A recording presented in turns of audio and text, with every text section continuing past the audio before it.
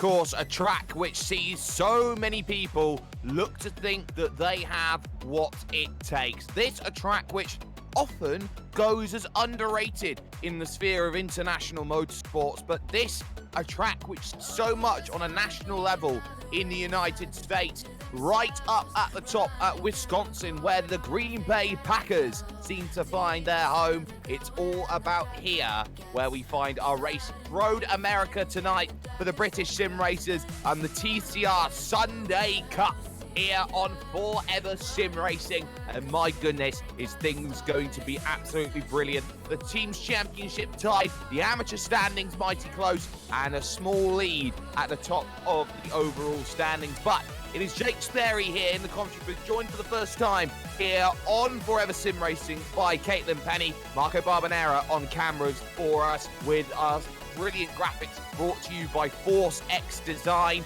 and of course the music that you've heard from Violet. She's done some fantastic work. Make sure you help support her by getting her music on Spotify or on Bandcamp. Caitlin, we welcome you to the conversation. Qualifying has just started. They're 5 minutes in. Every driver here is sitting and waiting for a good lap to come along, and I think a lot of drivers are thinking about, okay, well, what's next for us as we go and get our lap time sorted? And these first laps are so crucial because it does take a little while to get tires up to temperature. 20 degrees in the air, 34 degrees on the track. It's a mediumly hot track at the moment, which is going to be good for lap time. Thank you very much indeed. I'm very much looking forward to this one. It's fantastic to be here at Road America. It's a circuit that I love. These are cars that I love. And I'm very, very excited as well to be on iRacing for the first time, because this is a wonderful simulator. One of the first, one of the best, one of the most professional. But what an event we're going to have on our hands today. I've spent pretty much the entire day catching up on the previous races that this series has had. And what a load of hectic, close, fast, furious racing I've seen. It's going to be a good one.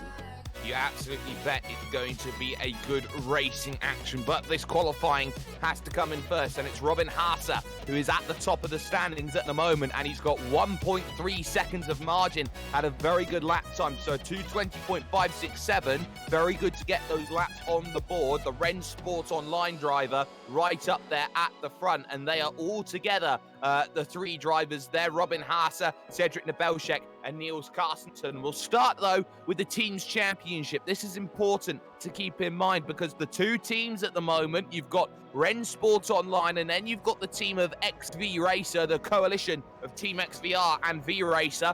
They are tied on points after 6 rounds worth of racing. 3 more rounds here today. This championship, 36 rounds long, and will culminate with some brilliant racing to finish.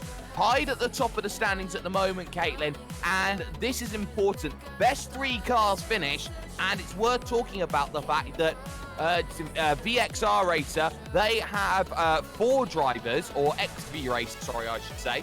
They've got 4 drivers today, and it's only 3 as per usual for Ren Sport Online, so their consistency has been absolutely paramount. Yeah, totally, but both of those teams have some very, very fast, very consistent drivers between them, and drivers who are hungry for results. You don't get to the top of the standings without those, although you have to say that Team RSO drivers have just about had the edge over the XV racers for the course of this series, and in fact, it is a Team RSO driver that's currently at the top of the standings in the championship so far, who is, of course, Cedric Nebelziak. So, RSO drivers, very much the class of the field so far. But XV Racer, definitely to look out for as well. And of course, it's worth noting that Nicole Foggy has a 50% win rate in this series, even including reverse grids. He's got 3 of the 6 victories, but somehow still finds himself second place in the championship. He'll be looking to try and find those improvements as this series goes on, as you can see up there on your screen. Let's move, though, to the amateur category championship, though, because things are a lot tighter in that battle. Just 5 points Richard Haynes has in terms of his advantage as Cedric Nebelshek moves on a 289 to the top of the leaderboard by a country mile at this point in time. But Richard Haynes, 5 points over James Leggett, second position. That's going to be a really close battle to keep an eye out on all through the year. These amateur category drivers aren't going to be scoring as many points as those pros, for example, but by sheer consistency and their ability to get good reverse grid results, they should be able to get right up there and get some really solid finishes. So after a couple of minutes of qualifying, it is actually Cedric Nebelziak at the top of the standings with a 2:18.982, and that's the fastest lap that we've seen all day. No one managed to break one person managed to break into the 2:18s in practice just now.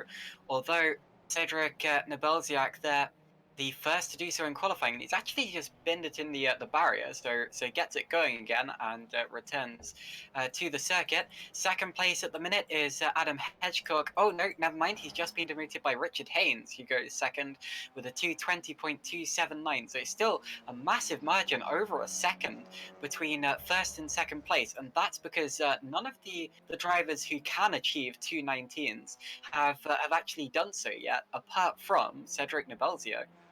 And Nebelziak has been very good at getting his tyres up to temperature in the official IMSA Michelin Pilot Challenge race, which was shown on RaceSpot TV. He got a top 5 finish there as Adam McNally decides, oh, I'm going to get close. That closeness, though, is only 9/10 of a second. He goes to second as Cesare Rizzo in the Momo car goes into third place. So, Rensports Online, Sight Energy, and also Momo, your top 3 at the moment. Then you got Brit Simtech there at the moment, BritTech Sim Racing in 4th position, and 5th currently being held by the Booze Ted machine of Adam Hedgecock. So very quickly in the early opening 10 minutes, you will see these times change, but as Jason Plato moves himself up into 2nd position, 3/10 off of where he needs to be. It's worth pointing this one out, though, here, Caitlin. The fact that it's a long lap here of 2:18, the fact that it does take a couple of laps to get these tyres up to temperature, and the fact that the iRacing Skybox, the likes of the clouds that are coming in,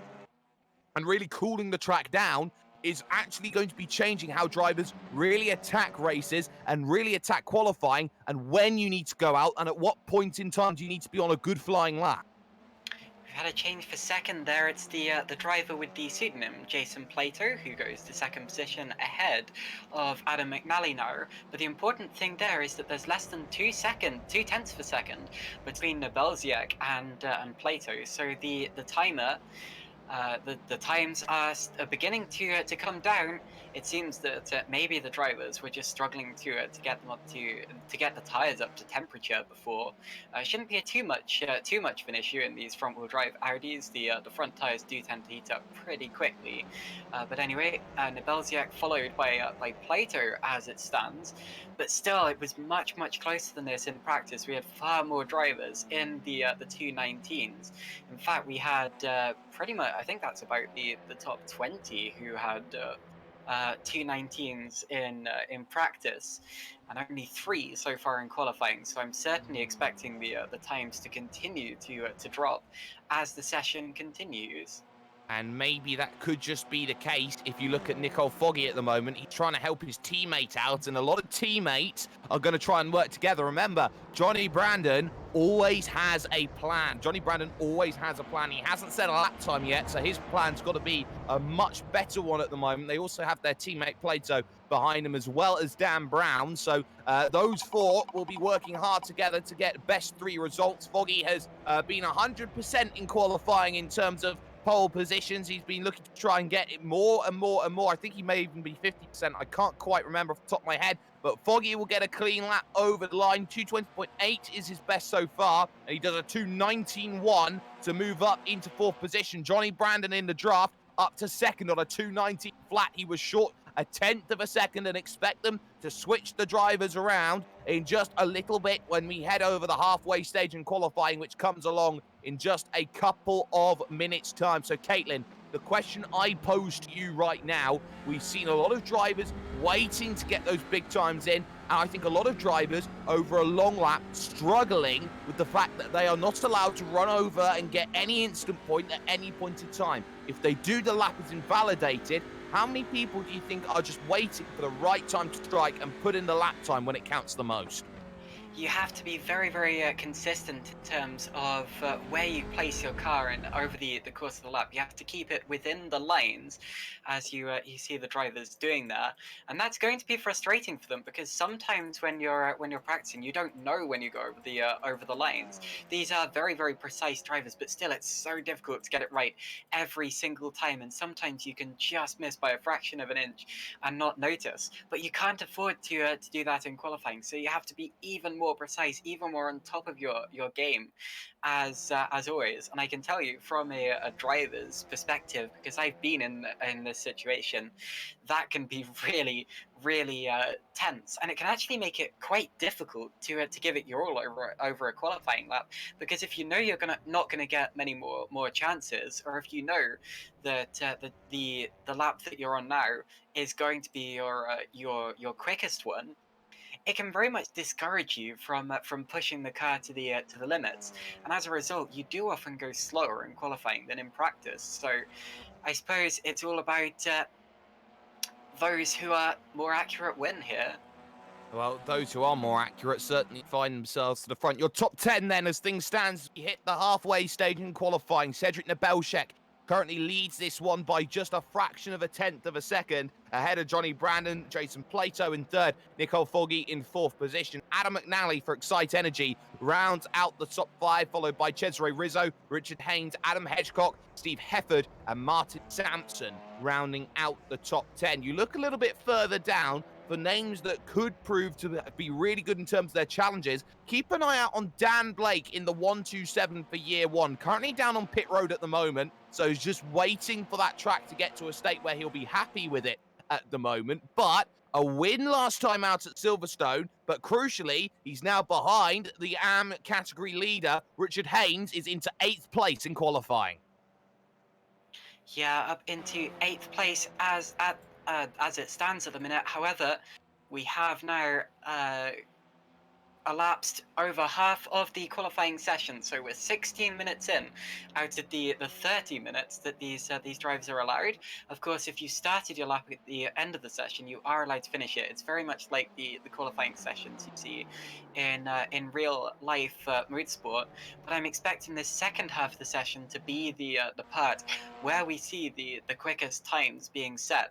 I mistakenly said earlier on that Nebelziak had the fastest lap that we've seen here all day. He actually doesn't, because in practice we saw an even faster lap from Johnny Brandon, and Brandon is currently third place, about a tenth of a second slower than what he did in practice. So we know that he can improve. We know that it's possible to get faster, and that very much shows me that probably the final 5, maybe 4, maybe even 3, 2, 1 minutes. That's when we're going to properly start to see these drivers push. And if you make a mistake, then Yeah. you could be the quickest driver on the track, but you could find yourself dropping far down the order. Certainly could. Robin Haase moves inside the top 5 and bumps Chris Danes out by half a second. Get that.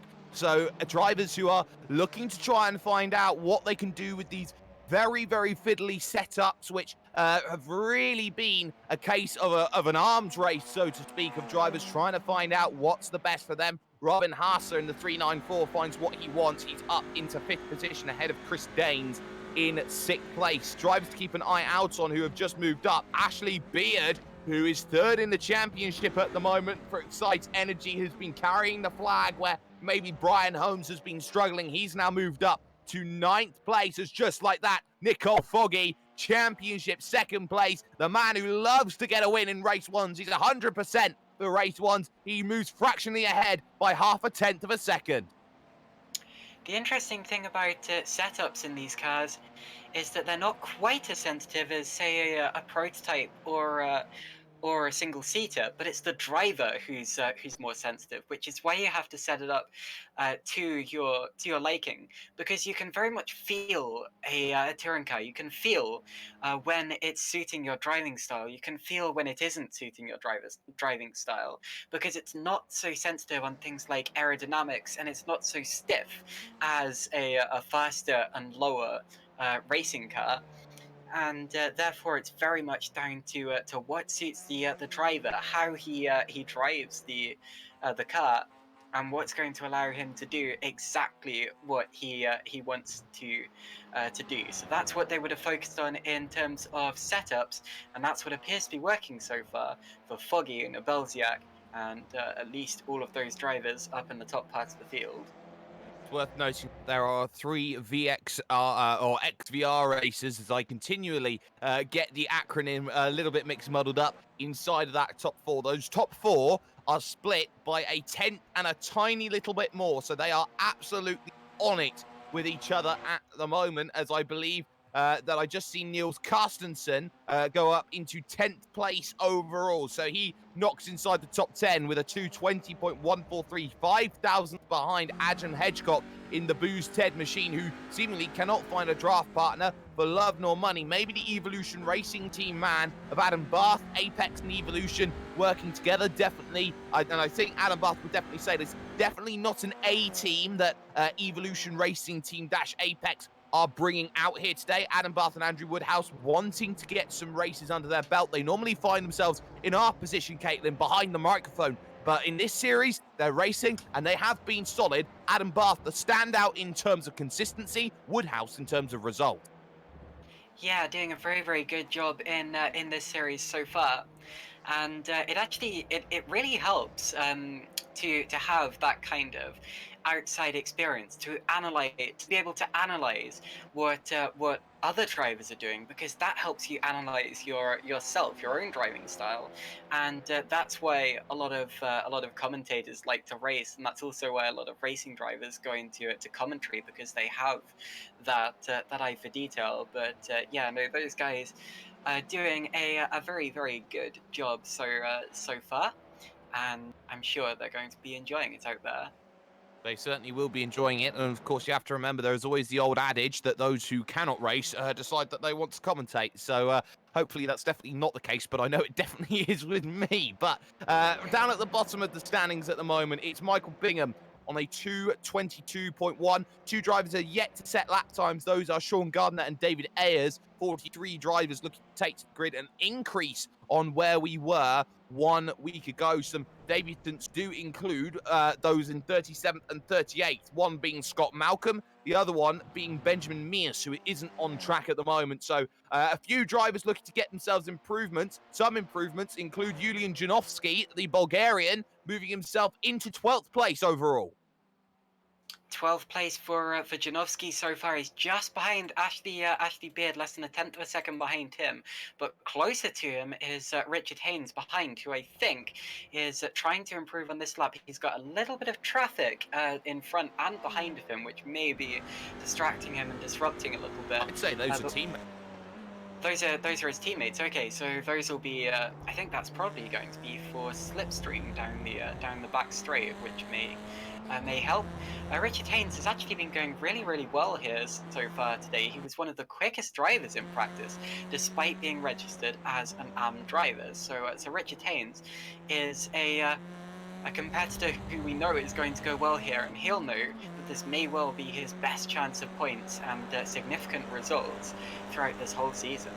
Well, BritTech, well, they have Haynes, Danes, and behind them, Dan James. So they are all part of the same team, and the team philosophy is, if your name rhymes with everyone else, you're part of the team. So there's no one to blame, so to speak, there. As I'm sure Mr. Blames will join the team at some point in time if they can find That a is blame. excellent. Well, but for the time being, it's no improvement. We'll not find anything more than where they are. Andrew Woodhouse has moved up to 19th place on a 220.6 and looking to try and finish his lap off as well. We've got 7 minutes coming up on the clock, and these are where the final lap times come in, because you know it takes time to get these tyres up to temperature. You need to get out now, get an out lap and a banker lap in, because that second lap is where all the pace is going to come into this. This is where the final laps are going to start coming in. Okay, I'll get back to serious commentary in a second, but very quickly, it's kind of annoying me that James doesn't technically rhyme with Haynes or Danes. It's very much a rapper's rhyme, very close, but no cigar. Anyway, back to the qualifying session, and still we have Foggy at the top, followed by Nabelziak and Plato. Plato that are holding steady in third position, just crossing the line with Slipstream from cars ahead and going on to another lap. I think he's got probably a bit too much traffic to challenge on this lap, so he probably needs to reposition himself and go for another attempt. However, the car ahead of him has just got out of the way there. Just trying to see who's coming through to set another flying lap. It's quite difficult to spot, but we have plenty of drivers here today. I think something like 42 competitors. It's one of the largest grids that I've ever 43, sorry, one of the largest grids that I've ever come across in within racing. And as a result, I'm sure that the order is going to continue to change right until the very dead in just under 6 minutes' time.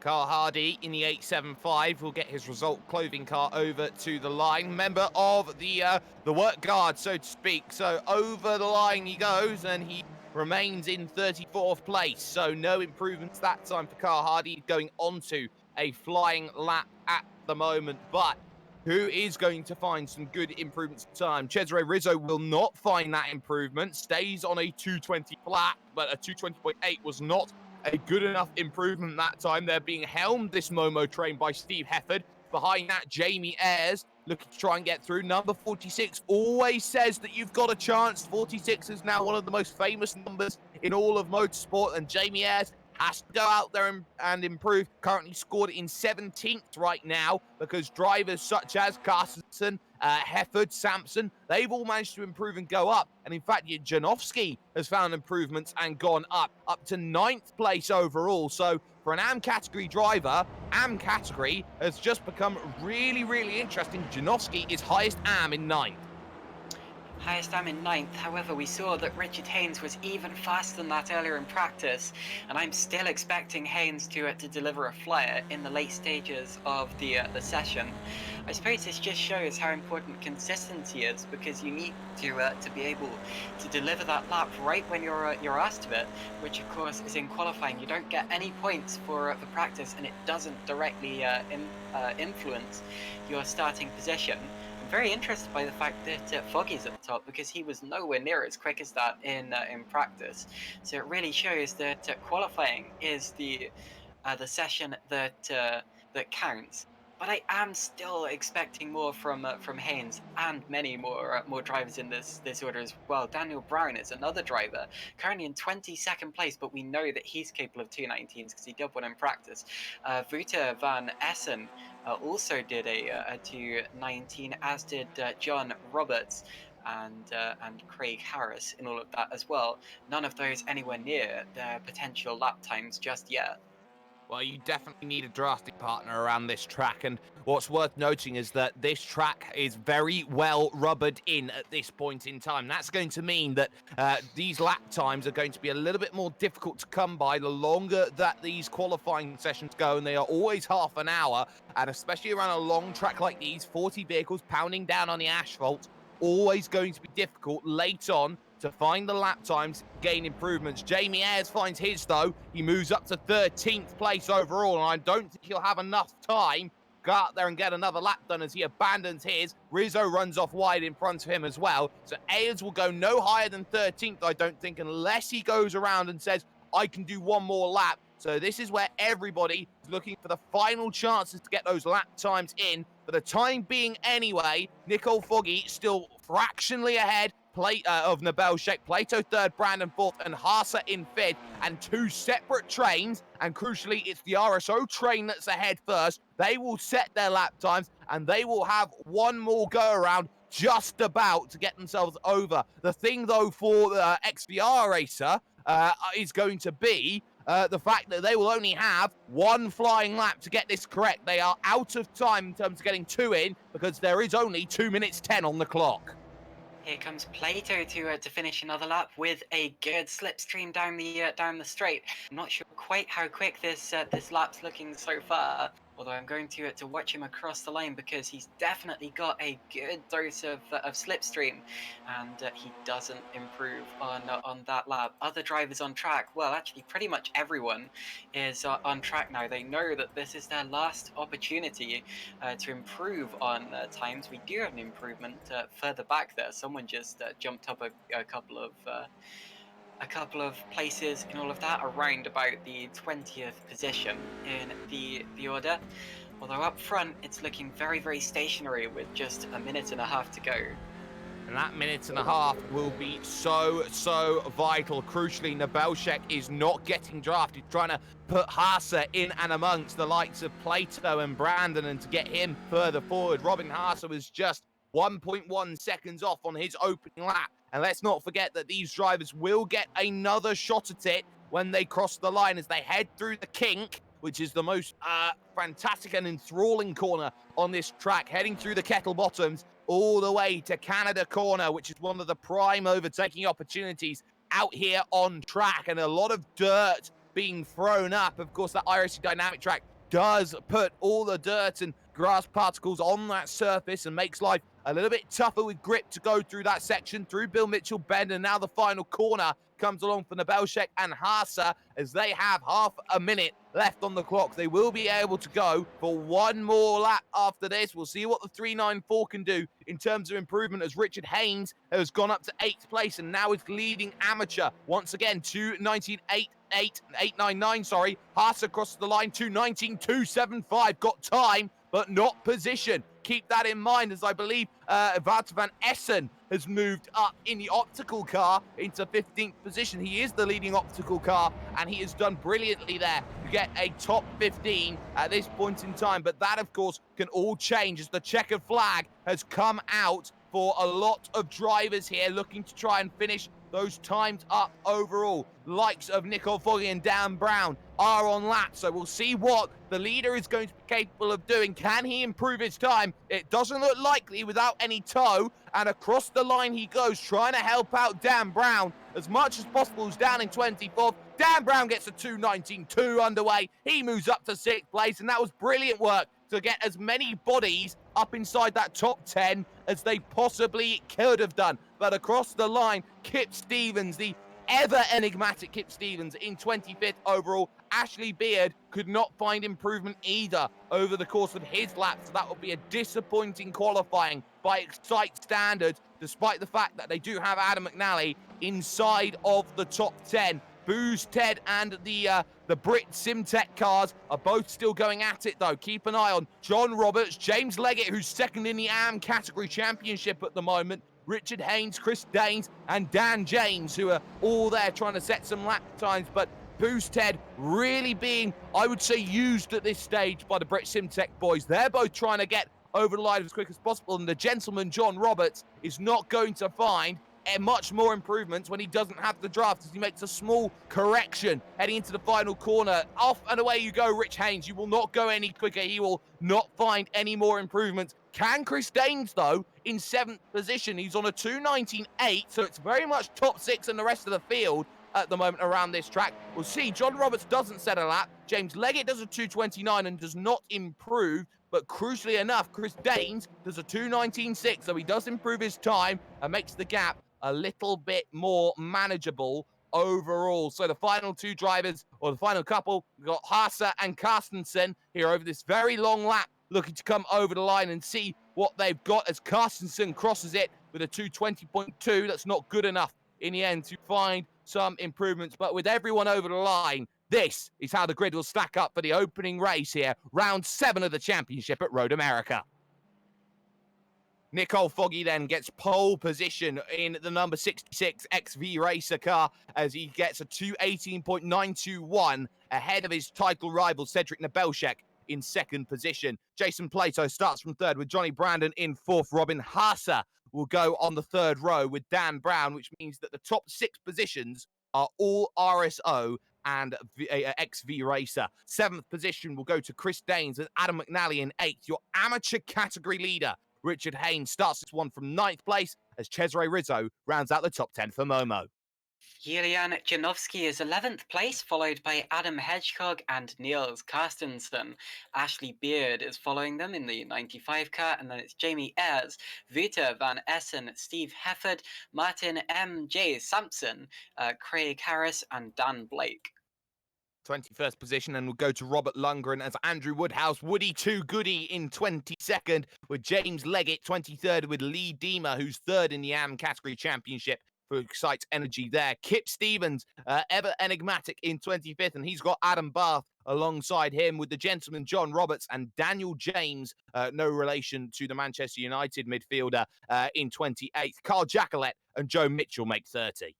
Adrian Hendy takes 31st position, followed by Paul Burgess, Anthony Jacobson, Carl Hardy, Scott Malcolm, Jim Flanagan, Charles Kellyman, Andy Maxwell, and Benjamin Mears, followed by Steve Cooley in the 40th position. And the final three drivers, Michael Bingham, Sean Gardner, and no real note to see whether David Ayers will make the start or not. He did not set a representative qualifying time over the course of this one. So 2 minutes then to get yourself gridded up, or you start from that dreaded place known as pit road. And of course, sometimes it can be an advantage in a long race like this with drivers struggling with cold tires. It takes a couple laps to get them up to temperature, and turn 5 been the key point an eye out on. That turn 5 corner has been the place in every single official race we've seen over the week where a disaster has happened. I know a good friend of mine, the Southpaw Racer, had his issues on his series, and he'll be looking to try and find his improvements in time. But so many drivers here have a lot to fight for. This is still early doors in the championship. It's only at the next rounds 10 to 12 of the championship, you can really start building a picture up on how this race is going to go overall. But still have yourself about 30 seconds of waiting time before we get ourselves ready for racing action. Onto the grid then jumps Nicole Foggy, who has a 50% win rate at the moment in this series, but crucially enough, his title challenger is just alongside, but it is a swarm, and maybe Nebelshek needs much help from Robin Haase as he possibly can. Watch out, though, for the likes of Danes and Haynes. Adam McNally loves to get in there. So does Cesare Rizzo, although he does have a tendency to find an incident or two. The green flag drops, though, and we get ourselves underway. And they're all very tentative on the starts because there's no clutches in these vehicles. Johnny Brandon gets a good one over Plato then as they make the long charge towards turn number 1. And just like that, Johnny Brandon, who had a plan, has done very well going through the opening section. It is mightily bunched up with Janowski behind, though, in this very narrow track here at Road America. Janowski and Carstensen both struggle, no one having an avenue to go down in the early goings. And of course, this being a drafting track, it's going to mean that you've got to stay within the 1 second. Big leaning on Adam McNally as Richard Haynes tries to get a bit of a position, and immediately for second now, under pressure comes Cedric Nebelshek and Johnny Brandon. They came together at WeatherTech Laguna Seca. They want to make sure that they don't do so again as they fight on the brakes into turn 5 for the very first time as they go and they use all of the curbing that they possibly can, and no real spinners then in the front few drivers as they all start to check up and go. It's clean. Yeah, a couple of people went flying off the road at the back in the first couple of corners, so not so clean all the way through the field. Although further up the order, still very much clean and fast racing. Still, Nebelshek leading the who's leading the race? Foggy's leading the race. Sorry, indeed, leading the race, heading around towards the carousel for the first time underneath the Speedville bridge, and the first overtaking opportunity I expect will be down into Canada Corner. And that Canada corner is going to be so vital for so many drivers, but it's XV Racer 1 and 2 at the moment as Nebelshek wants to get in on the action. Fourth is Plato, fifth is Haase as they move through the kink, and this is where you start ratcheting up on the power as they head over 200 kilometers an hour looking for it. And Johnny Brandon may just have to defend here, and he will do, right down to the inside, and maybe even look for an overtake here as they push each other on the brakes into the corner and maybe try and get the two to take each other out. Remember, there are penalties that are post-race applied, and that, of course, on protest day always seems to cause the controversy, and someone always ends up being unhappy. But the opening laps for the front drivers, all okay, but crucially enough, Richard Haynes is going good as Brandon makes the mistake and he drops 3 positions and maybe the 4th then as Chris Danes finds a way by as well. Just like that, 1 corner's the final corner, 2nd to 6th in a heartbeat. Yeah, I saw it happening. He just slithered wide, got out of the groove, and off he went, and he's now lost plenty of positions. He's down to P5, so it's Foggy leading from Nebelshek. Dan Blake with a slow down. Sorry? Dan Blake with a slow down penalty. iRacing informed. In fact, no, he didn't. He had a huge issue all on his own. Gets a big slide, caught all 4 tyres in the gravel, and he has just clipped the tyres on the inside of the final corner. So Dan Blake for year one, going backwards at the moment. Sorry to cut your thunder off like that, because there's two more vehicles that have gone off the road. One's Jim Flanagan, and the other, I think, is Paul Burgess. So Mr. Burgess in a lot of trouble as two go off at turn one. Yeah, plenty of carnage up and down the field, but still clean up the front. And I think we've got side by side near the front of the field. It's something like 10th and 11th position going at it down the straight. It was actually Jamie Ayres there getting out just ahead of, is that Niels Carstensen that he just overtook? No, he's actually won. I think it was the other way around. I think Ayres had just got past Carstensen, and now Carstensen has got straight back past Ayres again. So that's the fight for 10th and 11th positions as it stands, and that looks like it's going to go. Oh, McNally! McNally straight on in front of the pack. He has a huge slide coming out of the hurry downs, and just like that, McNally is dropped to the back of the train. So a big mistake again, as he was too eager, too much of the throttle modulation as he went through the corner, and just like that, he opens the gap for Richard Haynes to break away. So a big mistake there from McNally, drops him back 4 places. He did the same thing at Silverstone. He's got to be careful about how hard he trail brakes. It's so tough to get it right at this circuit, because you've got cars pressuring you. You've got, and someone sideways. That's Haase getting very sideways. He's just lost a place as well. Oh, and someone else has gone into the back of him. Johnny Brandon. Yeah, Brandon facing backwards on the road. He's going to have to wait for drivers to go through. Someone else has gone off in the background before he can get going. Otherwise, he's going to cause an incident here, and it looks to me as if he may have just disconnected. Well, I think he had no choice. He had to take the toe, and he will use that toe, and he will have to take a wait before he's able to get back out and racing again. A big shame for Johnny Brandon. Brandon and Haase are only a couple of points next to each other in the championship, and that was vital, because Robin Haase did not want to give any room to Johnny Brandon, effectively fenced him at that point, trying to save his positions, and Brandon will feel like his plan has gone askew. Battle for the race lead, though. The top 3 undeterred, though, as Nicole Foggy again under pressure here as we hit 1/3 race distance, as Cedric Nebelshek wants to make this move on this long run as they will head through the Moraine sweep here at turn 4, but he's been forced to go the long way around at turn 5 if he wants to get this done. Oh, they almost make contact as they go on the brakes into the left-hander at 5. Always difficult. How much road are you going to use on the exit? The answer is just enough. Inside line still favouring, though, Nicole Foggy from turn 6, and he'll want Plato to get involved with this. But again, Nebelshek fantastic around the outside, has the inside line now at turn 7, and look at that, a bit of contact between them, but still they remain too wide as they head their way down through the hurry downs in towards turn number 8, and they have allowed Chris Danes back onto the rear of this pack, and again around the outside goes Nebelshek. This is fantastic racing, and at the big carousel, Nebelshek finally gets the move done. He's got it ahead of Foggy. They were side by side for an amazingly long time, even through the corner before the turn 8 there.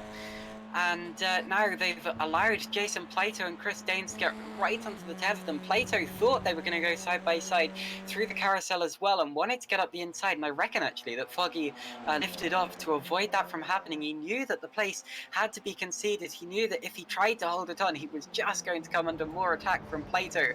And now Robin Haase is on their tail as well. This is where he went sideways a lap ago, and it looks to me as if he has got the bit between his teeth now as he attacks Chris Danes.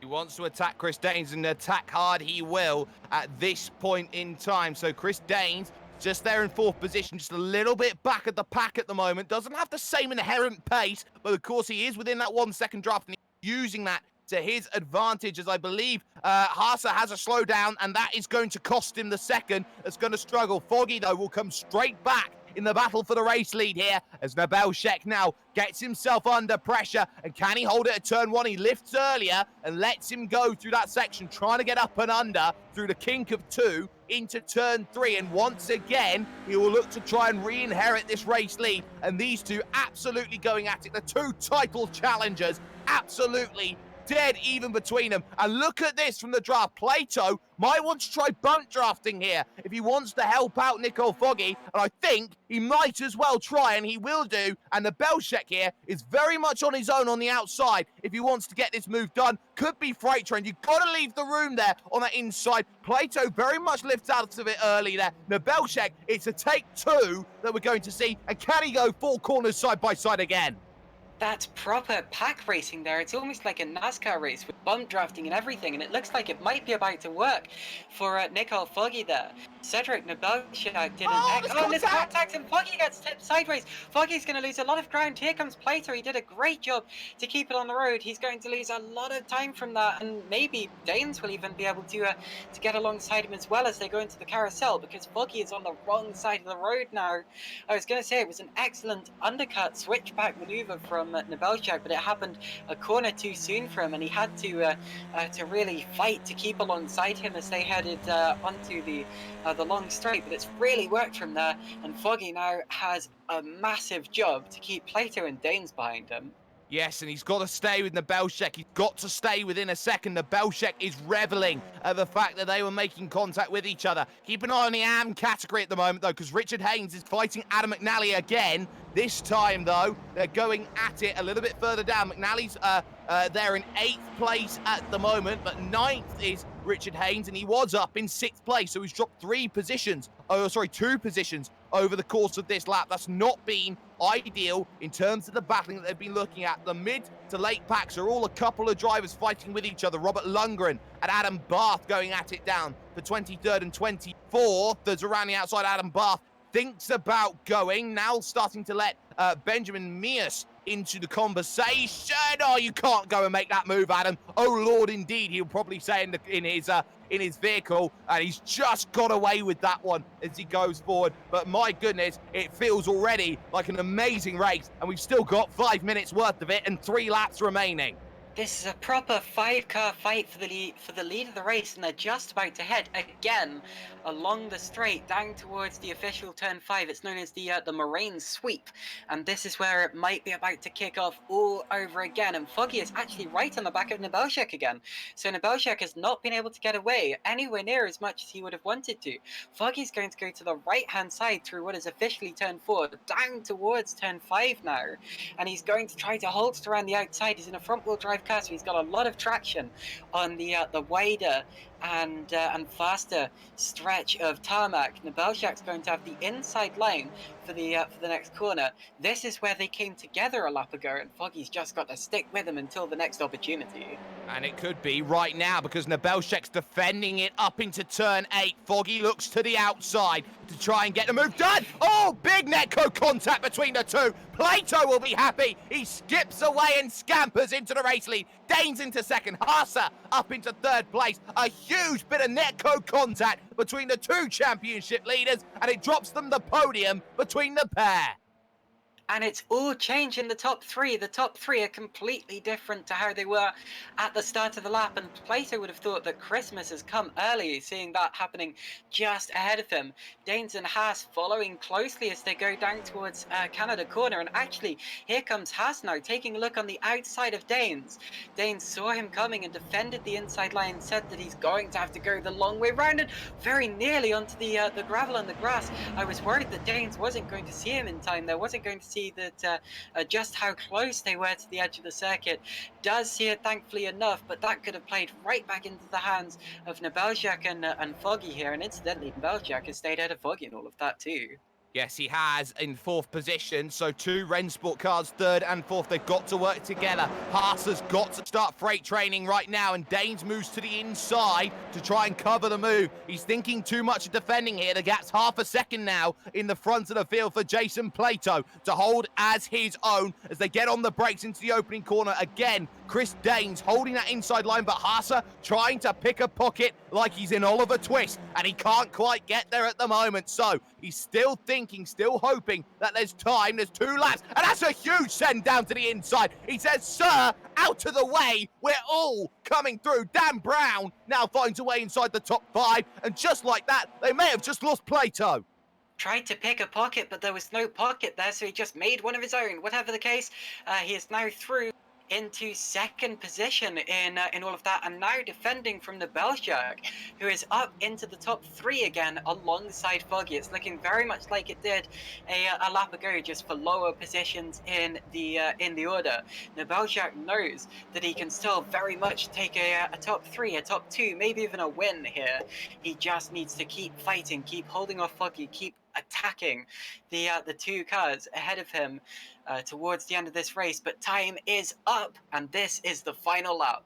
Well, it's going to be next lap. Of course, you had that 2 minutes to get up onto the grid as well, so keep that in mind as this continues to go on over the course of racing action. But it is Plato who is walking away. Jason Plato leading this one. Hasa in second. The Belchek currently scored in third place overall as this one continues to go on. There was a little bit of scrapping further down for the top 10 between Heffer, Janowski, Beard and Rizzo. Rizzo has dropped the 2 positions at the moment, which is very, very vital in terms of how this race going to play out. Still on for 7th place, mind you, is Richard Haynes, who the AM category leader is thinking about this in 7th position overall. They're not too far off the back of the pack, which has scrapped so hard over the course of this race, and Haynes still can't find a way past the Toonside boy, Adam McNally, who has been very, very strong in trying to get back in, as now Dan Brown's thinking, oh, I could get away past Foggy here, but they'll be in the same channel on Discord saying, that's not a good idea. I'm in the championship and you're not. White flag comes out then at Road America. It's 1 lap to go here at Elkhart Lake, Wisconsin, and it's 7/10 of a second for Robin Haase to try and chase down Jason Plato at the front of this field for 6th place and 5th. It's on as Danes looks to go around the outside. He was in second at one point, a lap and a bit ago. No dice then as he heads through this section. Next up, turn 3, and Nicole Foggy all over the back here of Cedric Nebelshek as they fight for the championship lead and taking advantage heading into the second race and the reverse grid that will come up in a couple of minutes' time. But Nebelshek now not in the draft of Robin Haase, who's too busy trying to chase down Plato and taking a couple of tenths of a second at a time down the straight. Here's Foggy moving to the outside to try and make this move. Haase with a half think down the inside. He's not going to find it though. And on the outside still, Nicole Foggy tries to think, and he's got, I think, the whole advantage, the whole kit and caboodle as Nebelshek continues to force away down the inside. They will only fight for 3rd place then, these drivers, and they know it right now as Foggy gets the move done, but not complete, because again, Nebelshek's looking at every corner to try and go through, and he thought about the inside. Now he got to defend from Dan Brown behind, who will desperately want to get through, as Danes in the BritTech SimSport car thinks about the outside at the long carousel, which will not be an opportunity to go out there and make the move. The tyre killer of a corner that this one is, behind Niels Carstensen, has caught the back of Richard Haynes. We'll keep an eye on that one at the end of this event, but Robin Haase has half a chance heading through the kink and the kettle bottoms, because he's within 3 car lengths now of Jason Plato, who's being caught hand over fist. If you can't get it done at Canada, you got to do it at Bill Mitchell, the final corner. Goes for the outside. Oh, he's turned him! He's turned him! He's turned him! And just like that, Plato's shot of victory is gone. Haase has been friendly with everyone all day long, and by hook or by crook, with 2 corners to go, he leads as Danes makes away past Brown behind. But Robin Haase, by hook or by crook, will take the win in round 7 of BSR TCR Sunday Cup. He wins a thriller here at Road America. What a finish that was! Haase crosses the line, P1. Reminds me very much of the finish of the 2018 Daytona 500, where Austin Dillon was sent his opponent packing into the barrier. And I tell you what, Jason Plato will not have Robin Haase on his Christmas card list. That's for sure. And we'll have to take a look back at that to see exactly what happened. But whatever the case, Foggy second, Nebelshek third, Danes and Brown inherit 4th and 5th. Adam McNally was having a close race with Haynes and Carstensen further back, although I couldn't cover it because of everything that was going on at the front. And 10th place goes the way of Beard as Plato recovers to 9th. Andy Maxwell's out of fuel here, and he's stuck up the hill, so he is not going to finish this one. He's going right to the back. He's run out of fuel in a 15-minute race. He underfueled the car, and that is cardinal in a race like this. Do not ever underfill your car for a 15-minute race. That will have to be looked at for Andy Maxwell because he has lost himself a potentially a great top 20 finish come the end of it. He started all the way up in 30th backwards. My goodness, what a race. And classified results are as follows. So it's Robin Haase who picks up the win by 0.8 of a second by hook or by crook, we say, because of the drama at Canada Corner. Nicole Foggy gets second position ahead of Cedric Nebelshek to close down the gap in the championship. Chris Danes, a great run from him from 7th up to 4th position, with Adam McNally scoring a top 5 as he just, Dan Brown, scoring a top 5 finish as McNally finishes 6th place on a drag race ahead of Richard Haynes, the AM category leader, who gets a brilliant 7th place overall. Niels Carstensen gets 8th for Rennsport Online. Plato, in the end, loses 9 seconds on the final lap to finish in 9th as Ashley Beard rounds out the top 10.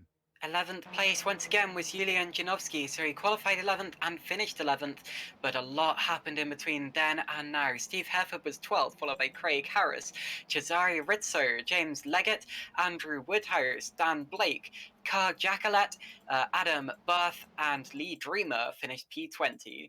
He may be a dreamer, but he is without the R, so he's only a deemer. But Jamie Ayres getting 21st place overall. He dropped 6 positions over that one. Robert Lundgren gets 22nd overall, with Jim Flanagan starting 36th and gaining 13. 15 of his own for Benjamin Mears. He gets 24th in the end, with Paul Burgess 25th. Kip Stevens went absolutely nowhere, 26th overall for him, with Dan James and Steve Cooley. Carl Hardy gets 29th, and Charles Kellyman rounds the top 30. Sean Gardiner is P31, followed by John Roberts, Adam Hedgecock, Michael Bingham, Anthony Jacobson, Martin Sampson, Johnny Brandon, and Adrian Hendy. And then not finishing on the lead lap were Joe Mitchell, Andy Maxwell, Vita Van Essen, and Scott Malcolm. I'm afraid David Ayres didn't make the start in all of that. No, he did not. But a very, very tumultuous end to a fantastic opening race here at Road America. And it only gets better because this is the first of 2 reverse grid races you're seeing for the next race. Marco Barbanero stood by with the reverse grid wheel. We will spin that wheel and we will see exactly what grid position comes up for everyone. It's full -1 is what we're hearing. So this is going to be a 37 car reverse grid because of the fact you need to be on the leading lap for this. So a 37 car reverse sees Johnny Brandon on the pole position, a chance of redemption. We're going to step aside for one moment here with Forever Sim Racing. We're back with race 2 shortly.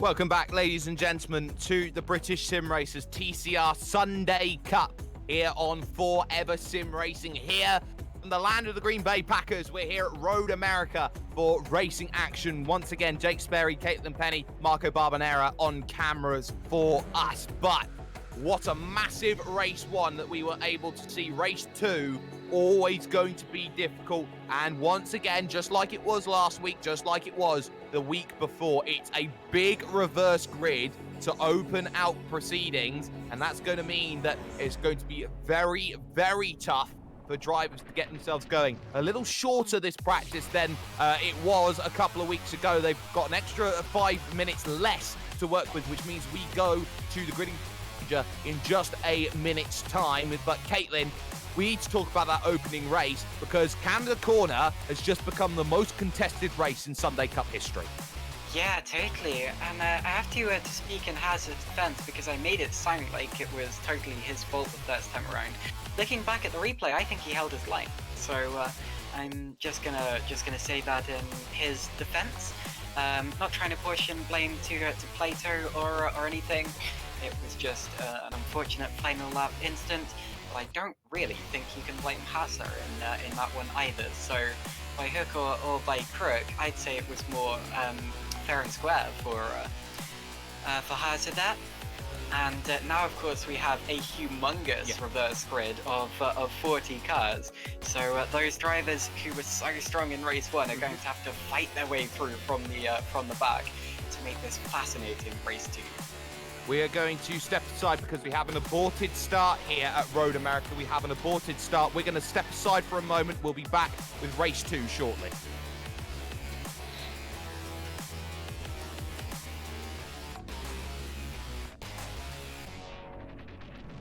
Swarm.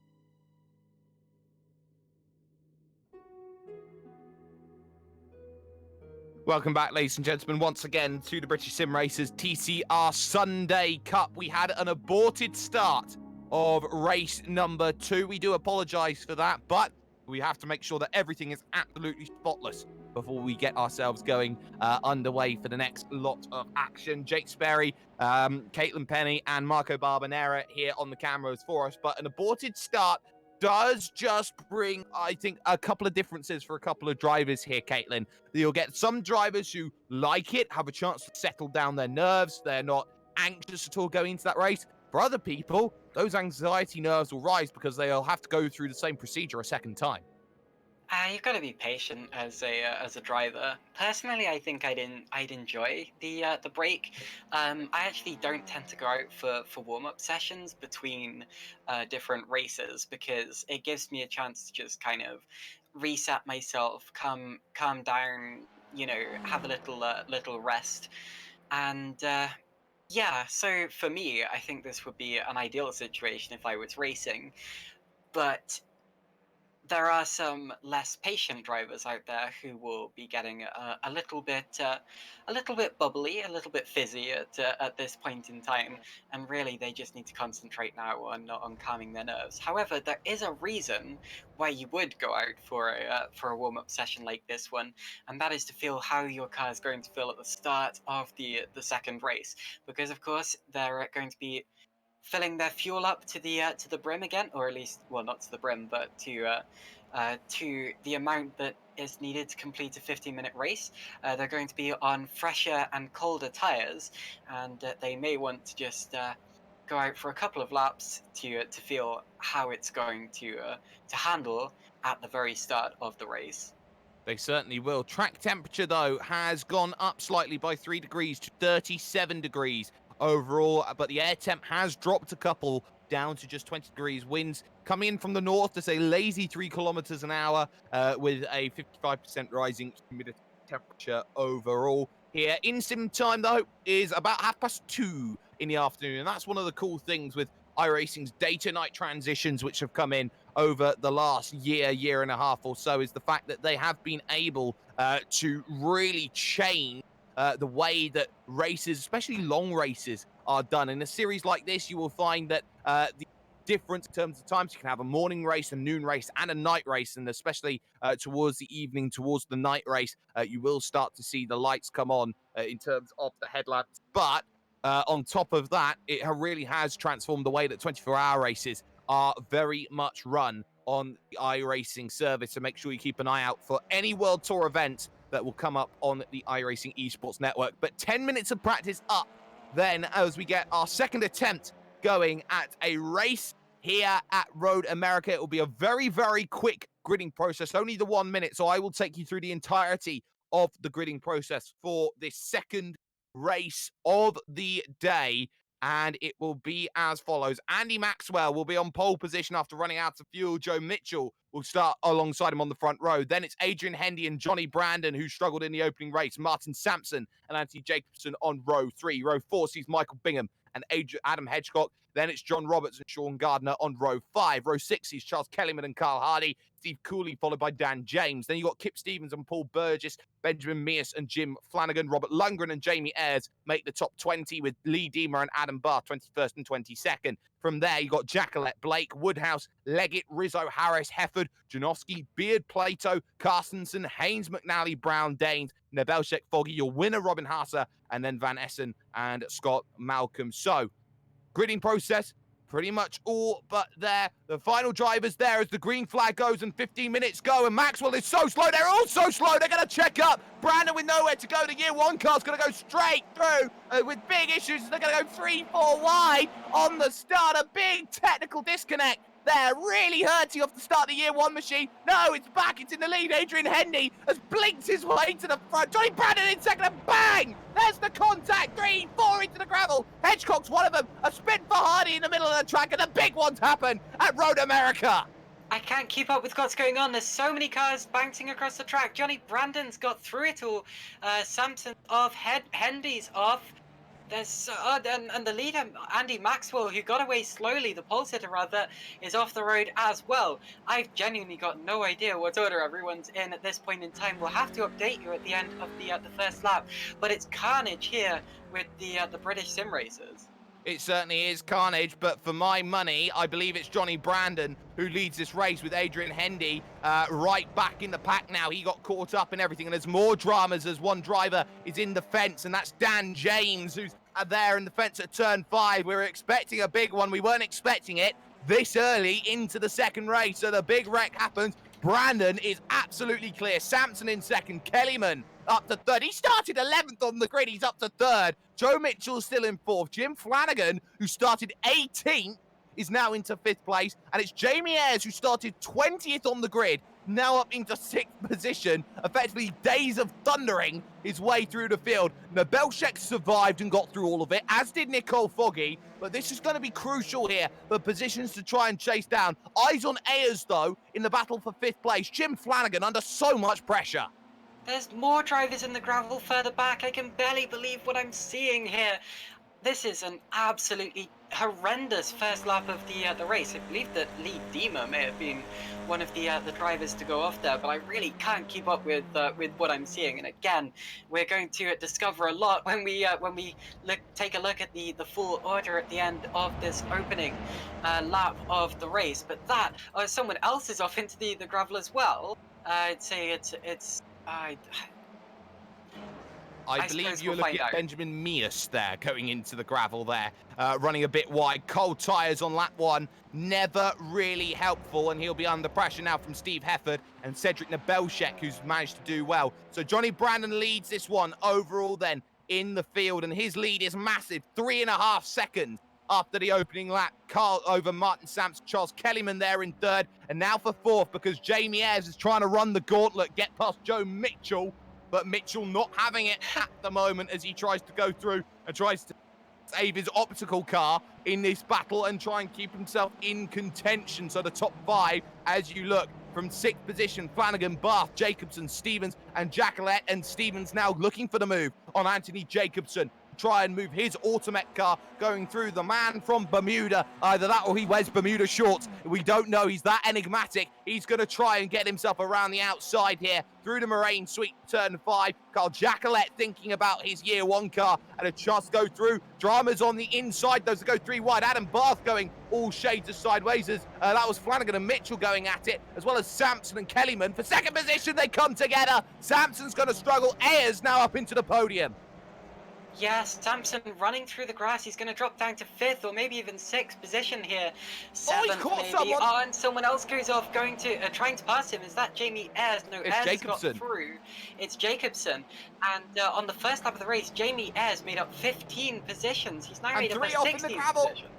Wow, so Jacobson ran wide, and in sympathy running wide was Jacqueline and Sampson. Sampson struggling with the pressure. He's going backwards. Hendy has managed to get through, as has Rizzo, Stevens, and Lundgren all together. So this is where you split the men from the boys. All the meanwhile, Johnny Brandon is effectively seeing a ticket that says, hello, free race win, I'll take that. Jamie Ayres, though, looking for 2nd position. Can he find a way past Charles Kellyman down the inside at Canada corner? And on the brakes they go. Is he later on the brakes? Well, Kellyman's done very well through that section behind. Straight on. There goes Joe Mitchell. He saves it. Both in the gravel in front, though, in the battle for 3rd. Ayres is going to find a way through. But soon now, Jim Flanagan finds himself in 4th. Adam Bath up to 5th. And now they're all trying to go through. What can the ERT man do? Oh, cookies. That's mine. Down the inside, he takes one away from Flanagan, who comes back up and under but can't get the run. This is one of the most chaotic. Oh, my goodness. Ayres in the wall. Ayres in the fence. Just like that, and I think that's technical because it was a hard right, and he was just straight on either that or he wasn't paying attention, right up at Jake Sturgis' hill, where he had the big incident a few years ago, and just like that, Jamie Ayres with technical issues is out. And that's hugely disappointing for us because he'd made his way through the opening chaos so well to get up into 4th position. Meanwhile, the top, that's Kellyman, Bath, and Flanagan are going close close attendance with each other for second position. And at the start of the race, they would not have believed that they'd be fighting for second position on lap 3. They started 11th, 22nd, and 18th, respectively. That's ridiculous. Whatever the case, they're going at it down the straight towards turn 5. But that was one of the most hectic starts to a race I've ever seen in my life, and definitely the biggest starting pileup I've ever seen in a touring car race. Caitlin Penny, welcome to the British Sim Racers. Here is Robert Lundgren under pressure then as Kip the Hairflick Stevens down the inside, gives him a door to boot as well as he makes the move as Lundgren decides I'm going to wait behind. But look at where Cedric Nebelshek is at the moment. He is currently sitting in 10th. In 2.5 laps, he's gained 28 positions over this, and that is why he leads the championship. Richard Haynes is in 11th position. He's climbed from 34th on the grid. This is absolutely a topsy-turvy order at this point in time, and I've got absolutely no idea how they're going to finish. It's looking to Johnny Brandon because he cleared the pack so well at the Haynes start. is out. Is he? Or no, he's right back. He's got huge damage. Sorry, Richard Haynes is right in the back now. He's got huge damage. He was in 11th. I don't know what's happened to him. I can't see from my area, but Richard Haynes is now trawling around with heavy front right damage. So he is effectively going to have to take the fast repair and lose a lot of time. A lot of drivers running into in the early stages as we get the replay for you up on screen that we've just seen. Well, it's a massive pile-up is what we're hearing there, so that's not going to be part of the Richard Haynes script. And James Leggett now, who is currently fighting it out with Adrian Hendy, will be so happy with that result. He'll be getting some great points coming out of this one, though. But still, Johnny Brandon in front at the moment, leading this one by 7.1 seconds over Adam Barth and Charles Kellyman, who are currently second and third. But Caitlin, eyes to Adrian Hendy under pressure. Here's James Leggett looking to take the AM category lead away. And oh, they're going to come together. Oh, they came together. They came together. Can he hold it out of the gravel? No, they can't. They both go straight on. And it's like ice blocks when you hit the grass and gravel. Into the tyres goes Leggett, but he survives because it's only a light tap. Well, Hendy's just DNF'd, I believe. He went into the barrier and he's now in the pit lane, but Leggett legs it. He gets away and continues into the race. He'll inherit. Actually, I think he dropped back from 13th position and all of that. So we'll have to see where he is at the end of the first lap. But I've just noticed the gap for the lead is 7 seconds in this race. How do you do that in a touring car race? Wow. Wow, indeed. Joe Mitchell's run wide, and Cesare Rizzo, well, he wasn't responsible for everyone bidding it, as Ches has a reputation sometimes of doing, but he's looking to rectify that. He's inside the top 5, and he knows he will fight for every position possible. Flanagan up next for Ches, as he will look to try and gain the next positions possible. But look at the train now of RSO drivers, because Carstensen and Haase are working up together. Remember the team's championship. Rennsport Online are gaining massively out of this at the moment because all their VX Racer drivers, XV Racer drivers are right down the field. Foggy's in 25th, Dan Brown in 32nd right now, and the only other driver who's getting any points is Johnny Brandon, who's leading the whole thing. So really, they are going to be gaining so much with very consistent results as Nebelshek tries to close in now on Anthony Jacobson in the battle for the top 10. Lundgren and Stevens still going at it in front of them. Of course, Brandon started relatively close to the top of the field due to that mistake that happened in race 1, and that may end up helping him in a way because he's going to be scoring a lot of points for this P1 here. Of course, he would have rather scored more points in the last race as well. And now, as we head back onto the straight again, this is the slipstream zone. Flanagan coming under pressure there from Cesare Rizzo. So Rizzo goes to the outside of Flanagan as they go over the start-finish line. This is for 4th position. It's Rizzo on the inside, Flanagan on the Rizzo on the outside, Flanagan on the inside, and Rizzo's made it stick, I believe. Yes, he has. He's got the move done. So Cesare Rizzo up into 4th place with a good move. And Jim Flanagan thinking about, well, can I get back at you at turn 3? Knows the answer. Mitchell waits behind. with Stevens, with Lundgren, and Nebelshek, who's just made a way through on Anthony Jacobson, and did so coming out of the final corner. Jacobson struggling with holding the same amount of pace, and just like that, Nebelshek comfortably making a way through as they battle again for fourth. Flanagan's going to come back here at Cesare Rizzo, and will Rizzo battle this? He's disappeared for a bit. That would have made life difficult for Ches, but he gets around the outside and deals with it very, very nicely. The boosted car behind, though, of Robert Lundgren under pressure. Here's Nebelshek down the inside, and Lundgren very wisely, not very wisely, dealing with Nebelshek. He feeds him a door to the grass, and just like that, he's through at the loss of position in 3 seconds. Yeah, but Nebelshek already up into the top 10. He's 9th position, I think, from Got more than that 38th now, on the 8th. grid. Sorry? He's now up to 8th. 8th position from 38th on the grid, so he's gained 30 places, and that's the importance of getting through the carnage at the start, getting through all of those other drivers who are firing off into the scenery. He's managed to make it stick. Robin Hasse wasn't quite so lucky. He's a couple of places back as it's, but also fighting his way through nicely. And Nebelshek's next target, Kip Stevens, is right in his sights and alongside him now, heading down towards Canada corner, and I reckon this is going to go to Nebelshek. Oh yeah, before the corner, in fact. Kip Stevens knows how to fight. He knows that Nebelshek's faster. He'll let him go, and as an elephant, he will never forget in terms of if anyone's wronged him, because he will just be the most difficult character in the world if you do slight him in any which way. So Nebelshek now trying to make the moves inside the top 5, and he gets a great run off of the exit here, and Joe Mitchell is going to be slow up the hill, and this is going to allow Nebelshek the opportunity to make the move. Who's got the favour of the draft? It is Joe Mitchell, but for how much longer? Because Nebelshek's going to jump into line and say, that is my place, and up into 6th now he goes along, and he's trying to chase down hard. Here's Kip Stevens now trying to make sure it's 2 positions for the price of 1. Is it 2 for your mistakes? No, it's not. Can't get it done on the inside. Joe Mitchell very much carrying good corner speed through the opening corner to get it done. Crucially enough, though, it's 2 laps to go at the moment, and the lead still 7 seconds. But I think that Nebelshek could find himself on the podium here in the next 2 laps. He's got to get through Flanagan, Rizzo, and Charles Kellyman. And on that last lap, Nebelshek 2:19.7 compared to a 2:22.1 from Charles Kellyman. Certainly, and he had a very similar situation in race 1, but everyone ahead of him beat each dive. other up. He's just made another move there on Jim Flanagan, so that's Nebelshek up into the top 5 now, and his next target is Cesare Rizzo, who is up in 4th position, fighting with Charles Kellyman as it stands. So for Nebelshek, he'll be hoping to get 2 in 1 here.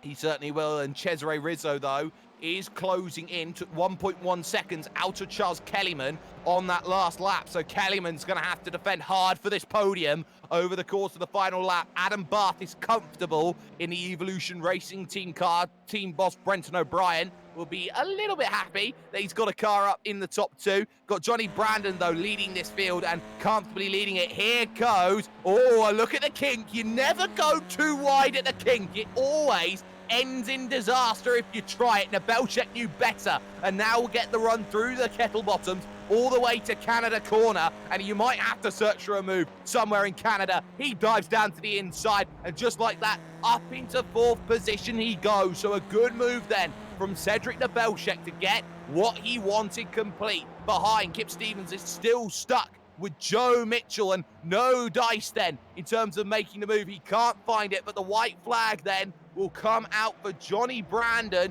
who crosses the line now and has himself just one more revolution of this 6.44 kilometer Road America circuit. Adam Barth in 2nd, but for the podium it's already on because Charles Kellyman, under pressure, has already lost it from Cesare Rizzo. Here's Flanagan going for the top 5, though. He wants to get that move done as well. Can he get it sorted on Rizzo, who's broken very late into the opening corner and able to slow it up, but he's got no traction coming off of the exit now, and that's going to hurt. Kip Stevens behind wants to try and make the move then. He wants to go to the outside to get this one done, and he can't get it done. Makes a bit of contact there, Bermuda boy, but can't quite do anything more than that. Robert Lundgren is in the mix of that as well, but Flanagan now goes to the outside, trying to find a way past Cesare Rizzo, who looks to try and keep on this battle and keep on moving. But again, side by side through the Moraine sweep, always favouring the car on the inside. Rizzo much better on the brakes as he makes the move. Mitchell going defensive and up and under from Flanagan as Kip Stevens will get past Joe Mitchell finally. But is it done for Jim Flanagan as Jim sees Rizzo run wide? He desperately tries to stay on track, he can't. And just like that, Flanagan moves up the position that he so richly needed. Now Joe Mitchell under pressure from Robert Lundgren in the middle of the pack, and if they fight too hard, there's Robin Haase trying to get in, and they are going to fight. Lundgren looking for the inside. Mitchell outbrakes himself. Oh, two bits of contact. One into the other, and just like that, they stay on the island, though, and battle it all the way through the carousel and hope that this one works in favour. But for Johnny Brandon in the number 5, he knew that this race 2 would be crucial. If he got a clean start, he knew he was best placed as favourite. Johnny Brandon always has a plan as he heads through the Canada corner with 2 corners to go. He is more than happy with where he is. Is Joe Mitchell going to get the move on Lundgren get the move on Mitchell? Well, we'll have to find out with a bit of contact. Save it. Kip Stevens, great heads-up driving as he goes straight on into the gravel. But Johnny Brandon will round the final corner and he will get himself up the rise on the Road America straight because Johnny Brandon picks up the win for XV Racer, and that's a great win overall. He takes round 8 of the championship. Adam Barth gets second. It will be Nebelshek with a sterling drive up to third. Flanagan thinking he can get 4th place, but he's going to run out of road to make that one a responsibility. Here's Robert Lundgren under pressure. Here is Robin Haase trying to get it, but he is out of time if he wanted to get that one done over the line as well. But great racing all throughout, and keep an eye out as well for every driver trying to get through. James Leggett has crossed the line in 19th place, and he will take that as a good solid finish for what he is capable of doing. But my goodness, Caitlin, that was frantic to the extreme. What an absolutely chaotic, and may I even be as bold to say ridiculous race we have just witnessed here with the British Sim Racers TCR Sunday Cup. I suppose that's what keeps it fun, and why some of these drivers take part, because they know that anything can happen with the reverse grids, and as we've seen, it usually does. Adam Barth making up 20 positions to finish second. Cedric Nebelshak making up 35 to finish third. That is unbelievable there. And I'm afraid many disgruntled drivers finishing further back. Of course, we had Andy Maxwell, who started on pole position, finishing 36th and a lap down due to all of the problems that he encountered. Adrian Hendy only 38th after starting third on the grid.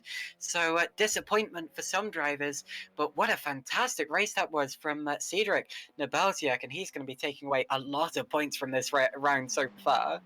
Certainly will, but classified results up on your screen. Johnny Brandon picks up the win by 6 seconds over Adam Barth in second. It's Cedric Nebelshek who runs himself into third for Team Rensport Online, and Team Boss Manuel Sudo will be smiling from ear to ear. Charles Kellyman will get 4th place with Jim Flanagan rounding the top 5. Cesare Rizzo falls back to 6th on the final lap with Kip Stevens. Some amazing heads-up driving at Canada.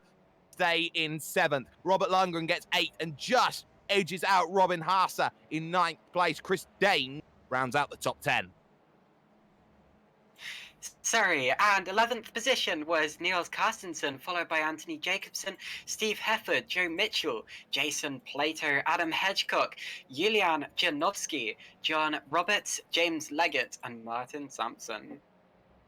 Then from there, it was Paul Burgess in 21st with Carl Jacquelet moving backwards into 22nd. Well, actually, no, that's a lie. He gained 1 place into 22nd. Carl Hardy, 23rd for him. He was sideways at the end of turn 1, but Scott Malcolm getting 24th place after starting all the way back in 42nd overall. Steve Cooley gets 25th. Adam McNally, 26th overall. Dan Blake then followed by Daniel Brown, so the 2 Dans. on the 14th row, so to speak, if they finish like that. Lee Diemer, 29th. Benjamin Mears, only 30th. And 31st position went the way of Vita Van Essen, followed by Nicole Foggy, who did not have a good race at all, I'm afraid to say. Sean Gardner was 33rd, followed by Ashley Beard, Jamie Ayres, Andy Maxwell, Daniel James, Adrian Hendy, Richard Haynes, Michael Bingham, Andrew Woodhouse, and Craig Harris, with 35 drivers somehow on the lead lap. Yep, 35 on the lead lap, but very, very crucially, a lot of retirements, including your amateur category leader retiring from this race overall. But we send for the final time back to Marco Barbanero because the final reverse grid of the night for the big 30 minutes, the feature race, so to speak, is coming up for you right about now. He will spin that wheel. This is how they're going to line up.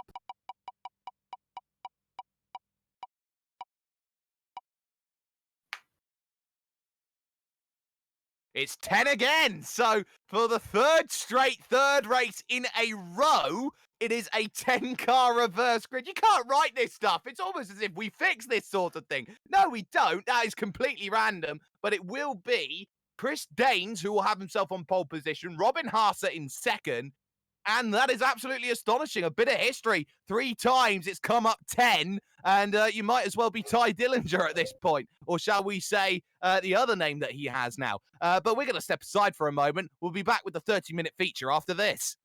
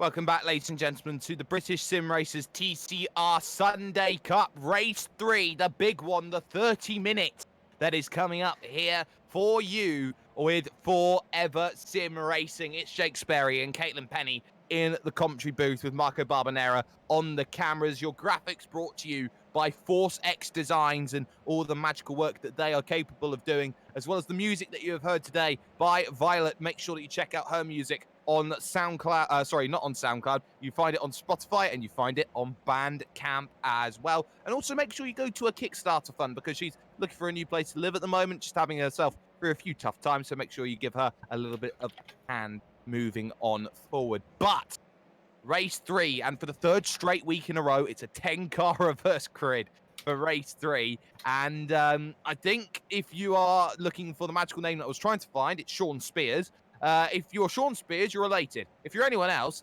it's disaster, because those who are looking for a big reverse grid to get themselves back into play for this final race after a massive incident in race 2, Caitlin, they don't have that chance. They got to do it the hard way by overtaking.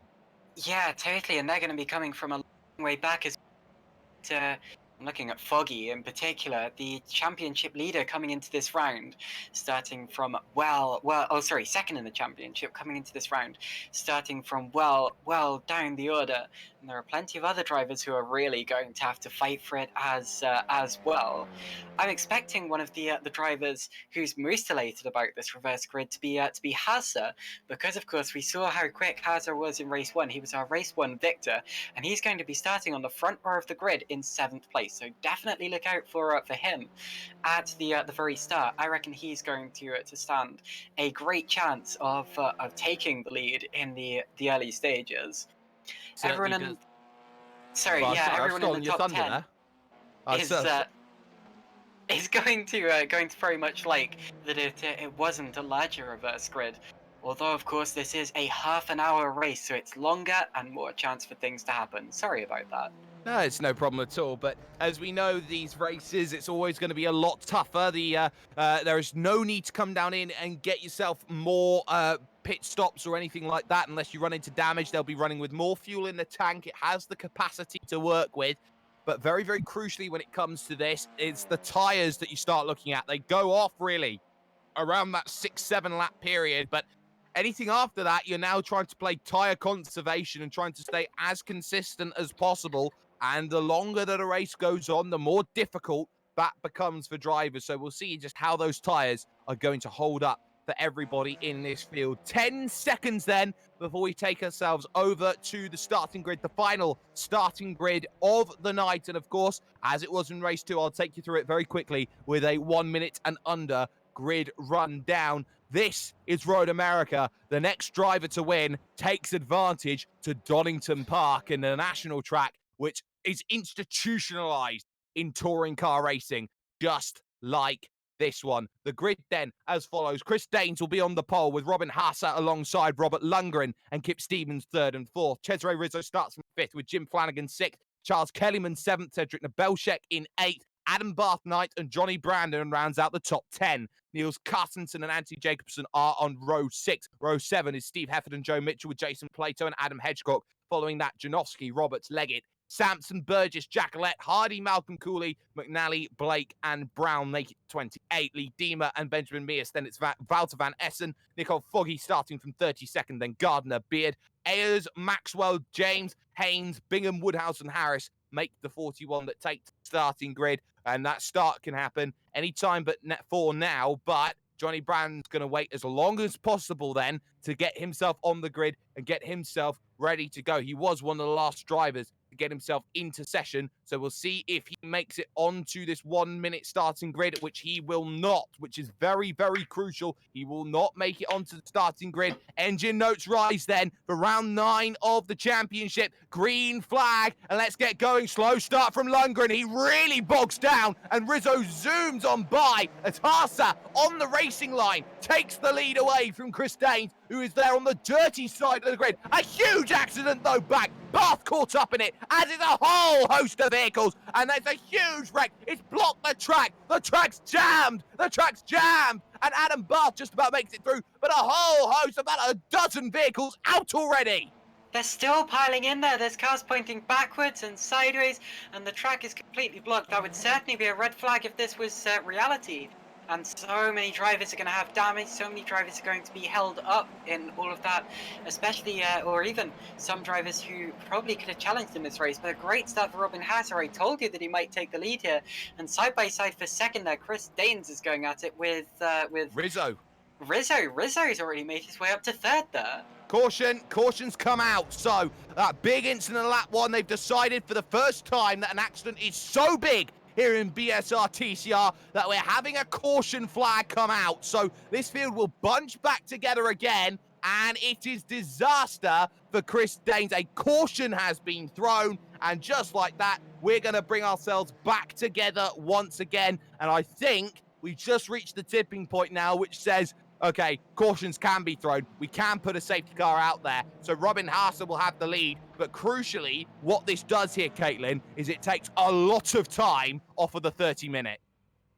Yeah, it does. Of course, this is the longest race of the three. 30 minutes, double the length of the previous two.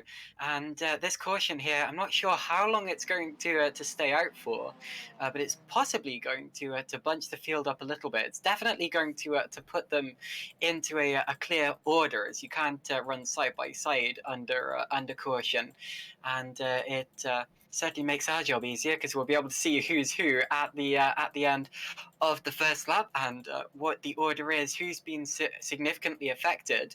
It does, however, mean that the drivers who've had to exit to the pits for repairs, or the drivers who are going to have to make their quick repair at the end of this lap, lose significantly less time than they would otherwise do if we'd left the race at green. But whatever the case, time is taken out of the half an hour race, and that's going to be worse for the drivers who can challenge, who start further back.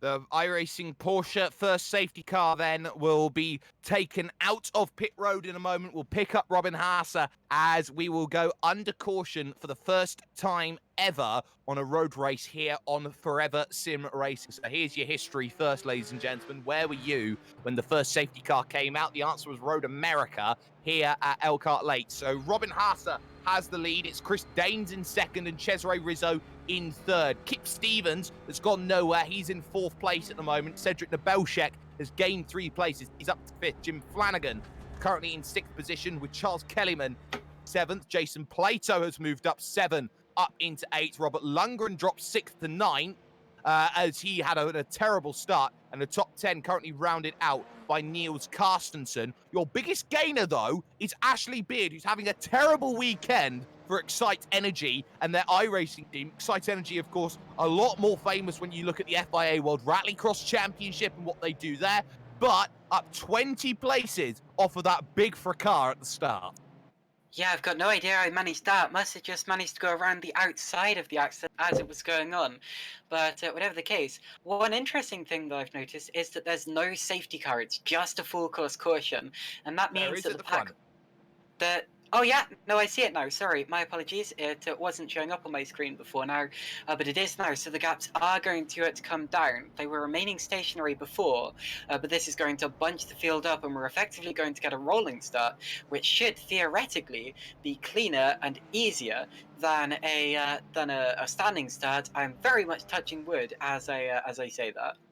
Well, I believe we just seen some crashing under the safety car, I've just heard. So, oh, come on! So it's all kicking off, and this will be right down towards the rear of the field. I didn't quite see exactly who it was. It might have been Jamie Ayers that I'm getting word of that would have got involved. So they've crashed under the safety car, which is mind-boggling, and we just caught it on stream.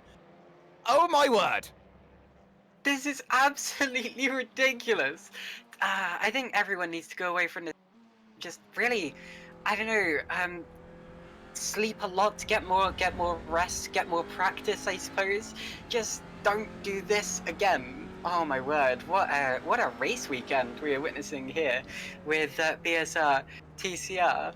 But anyway, never mind the restart being safer and easier. They have to get there first. But anyway, I think realistically, Chris Danes is going to be in a good position for this restart. He can possibly challenge Haase again as they get going. It all depends on whether Haase controls the restart well or not, whether he's predictable or whether he gets going in the safest and quickest way. Not sure if the safety car's coming in this lap. The lights are still on, so It means we go another lap. Yeah, okay, so we're going another lap behind the safety car. Dane's second, Rizzo is in third currently. I'm also interested in seeing what Nebelsiak can do on the restart, because he's been one of the drivers who's been coming through the order the most over the course of the day. Also, Jason Plato, who was challenging in race 1, tends to come into play later on in the race, I've noticed. So we'll see what he can do as we get the restart underway. But also further back, I'm interested in seeing what Ashley Beard can do, since he's already made up 20 positions, and Nicole Foggy still stuck back in 29th position.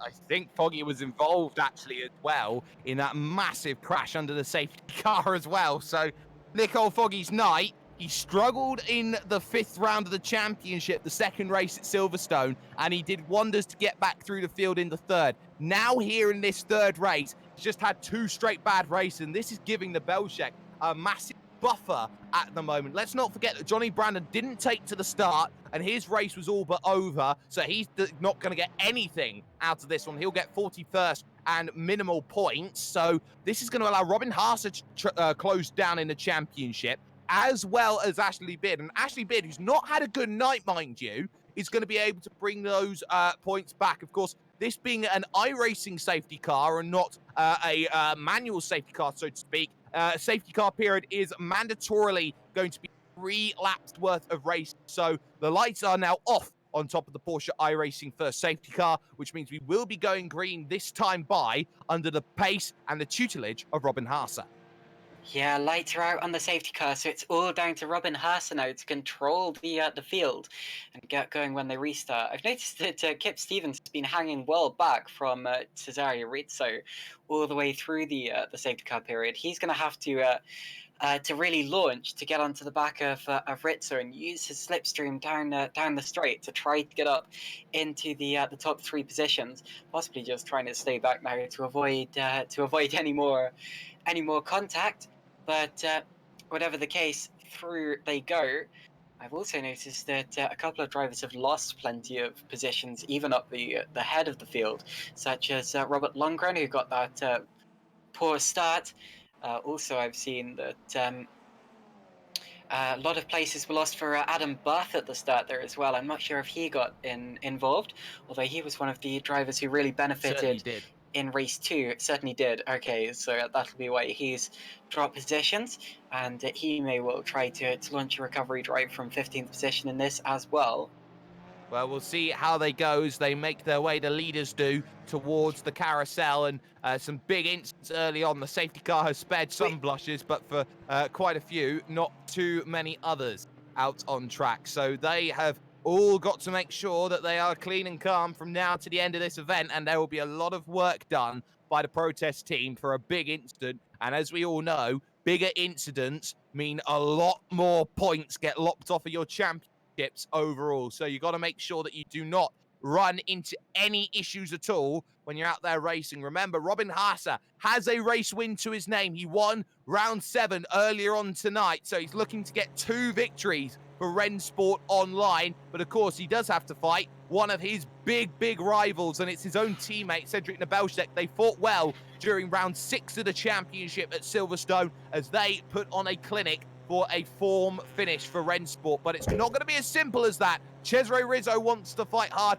Chris Danes was right there in the battling, looking for a victory in the opening race of the night. They both want to get through, but look further down at people who could make positions, like Julian Janowski was a BSR Kia World Series champion many a moon ago. He does have pace despite the AM category that he's been given. And look at how far back Robin Haase is pulling back from the iRacing Porsche first safety car. which will make its way out of Bill Mitchell Bend and now into the final corner here of this section. The iRacing Porsche first safety car has led the most laps of this race so far, but it will not lead anymore as it dives down onto pit road. Haase will sit and wait, and now he decides to launch, and he goes very early for the best run possible up the hill. Danes is there to it, and Stevens was not, so Nebelshek immediately trying to get aggressive, as is Plato trying to go through Charles Kellyman as the green flag goes once again, and we're back to racing here at Road America. 1/3 distance already score complete, most of it under safety car.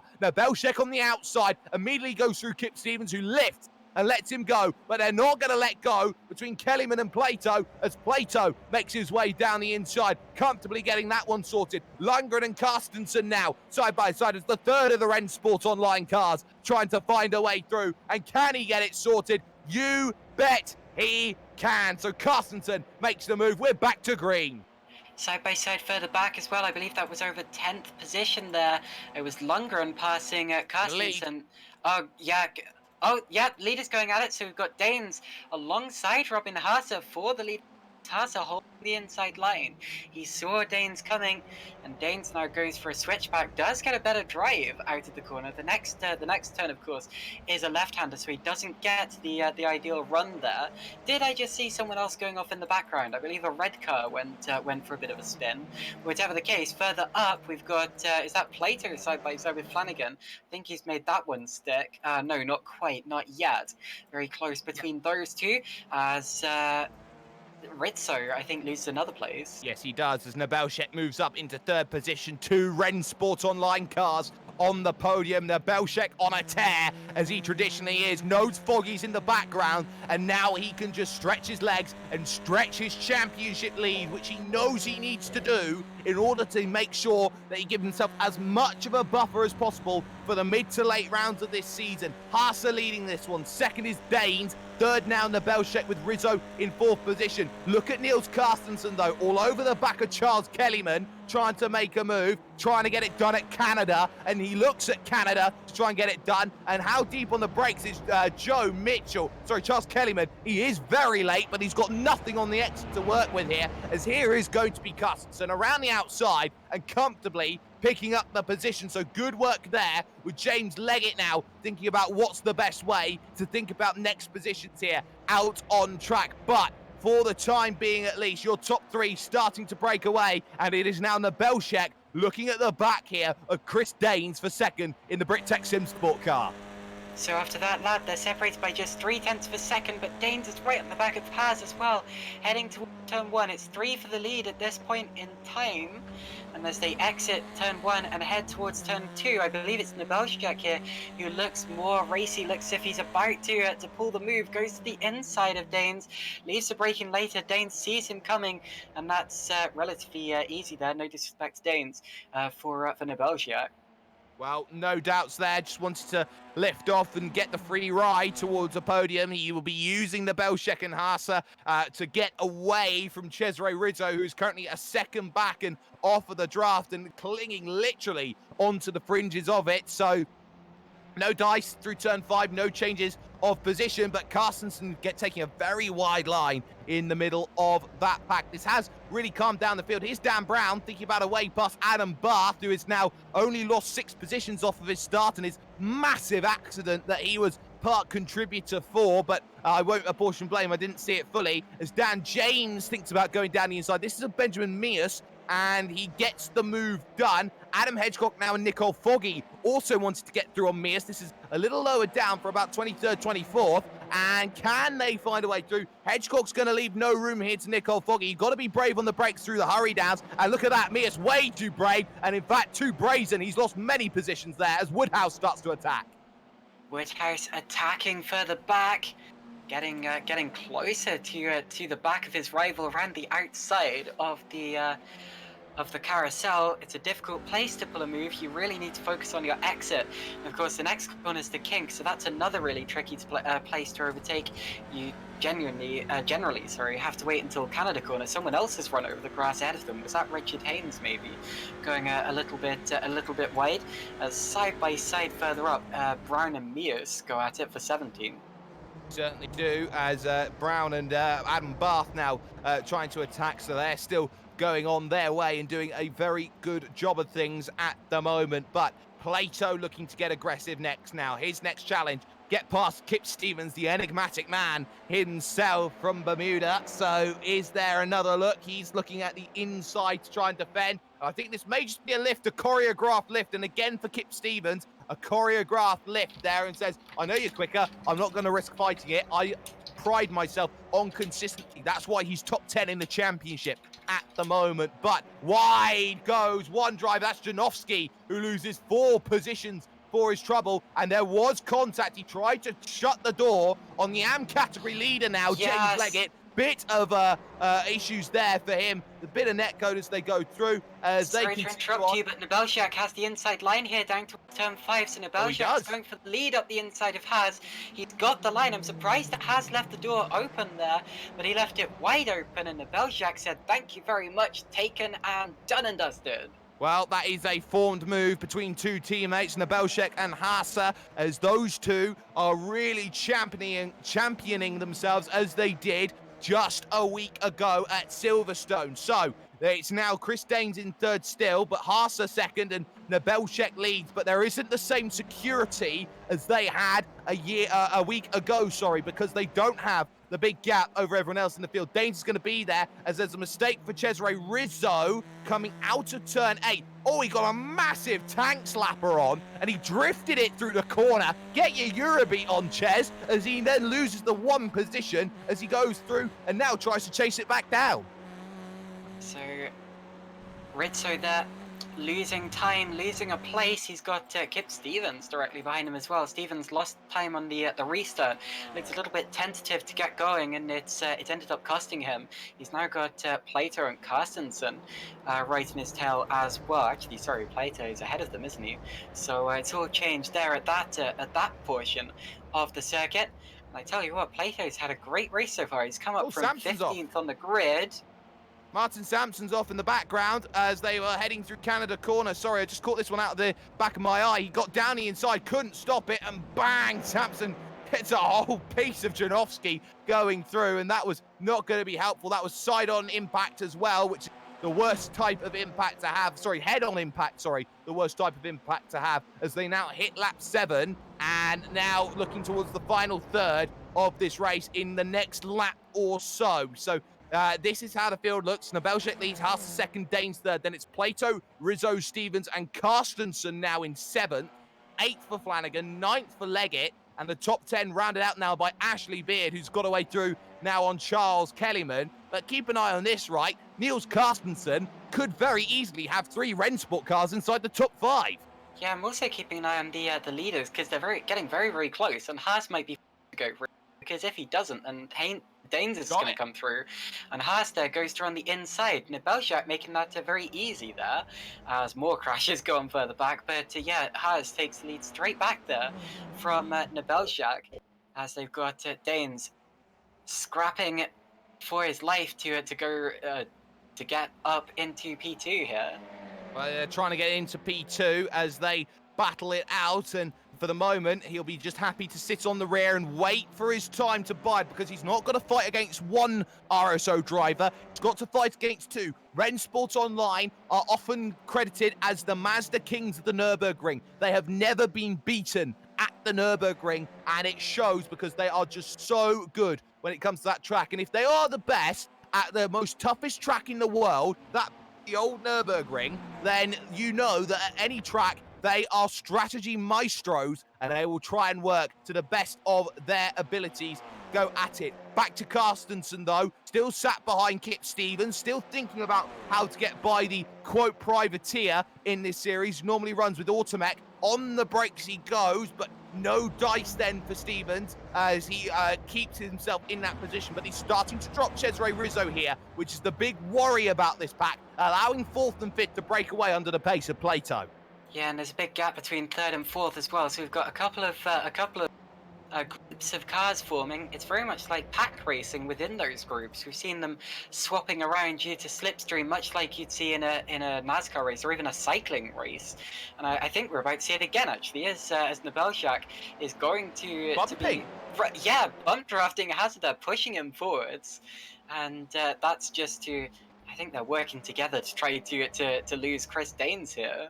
I think they are, and Danes is not going away. He is very firmly in that draft, and there's not much you can do in order to fight against it at the moment. Keep an eye on Nicole Foggy. He's just got through on Charles Kellyman now, and that moves him up into 16th place here in this race. So this is a good recovery drive. Despite crashing under caution, Nicole Foggy has got their head down, and effectively, it is one of the biggest battles he's trying to do to get back through. Adam Barth will be next in terms of how does he make the move and go through, as Niels Carstensen gets the move done on Kip Stevens in towards turn 5. As for the time being, Nicole Foggy thinks about getting aggressive. He's going to have to go the long way round, as in front of that there, Noah's Ark, as Harris now finds a way through on Janowski, but Janowski's going to come back. Brown and Van Essen going at it. Foggy's got the move done, but up to turn 6, the 2 in front go. Oh, sorry, the 4 in front even. Dan Brown's got the move he wants, as has Janowski.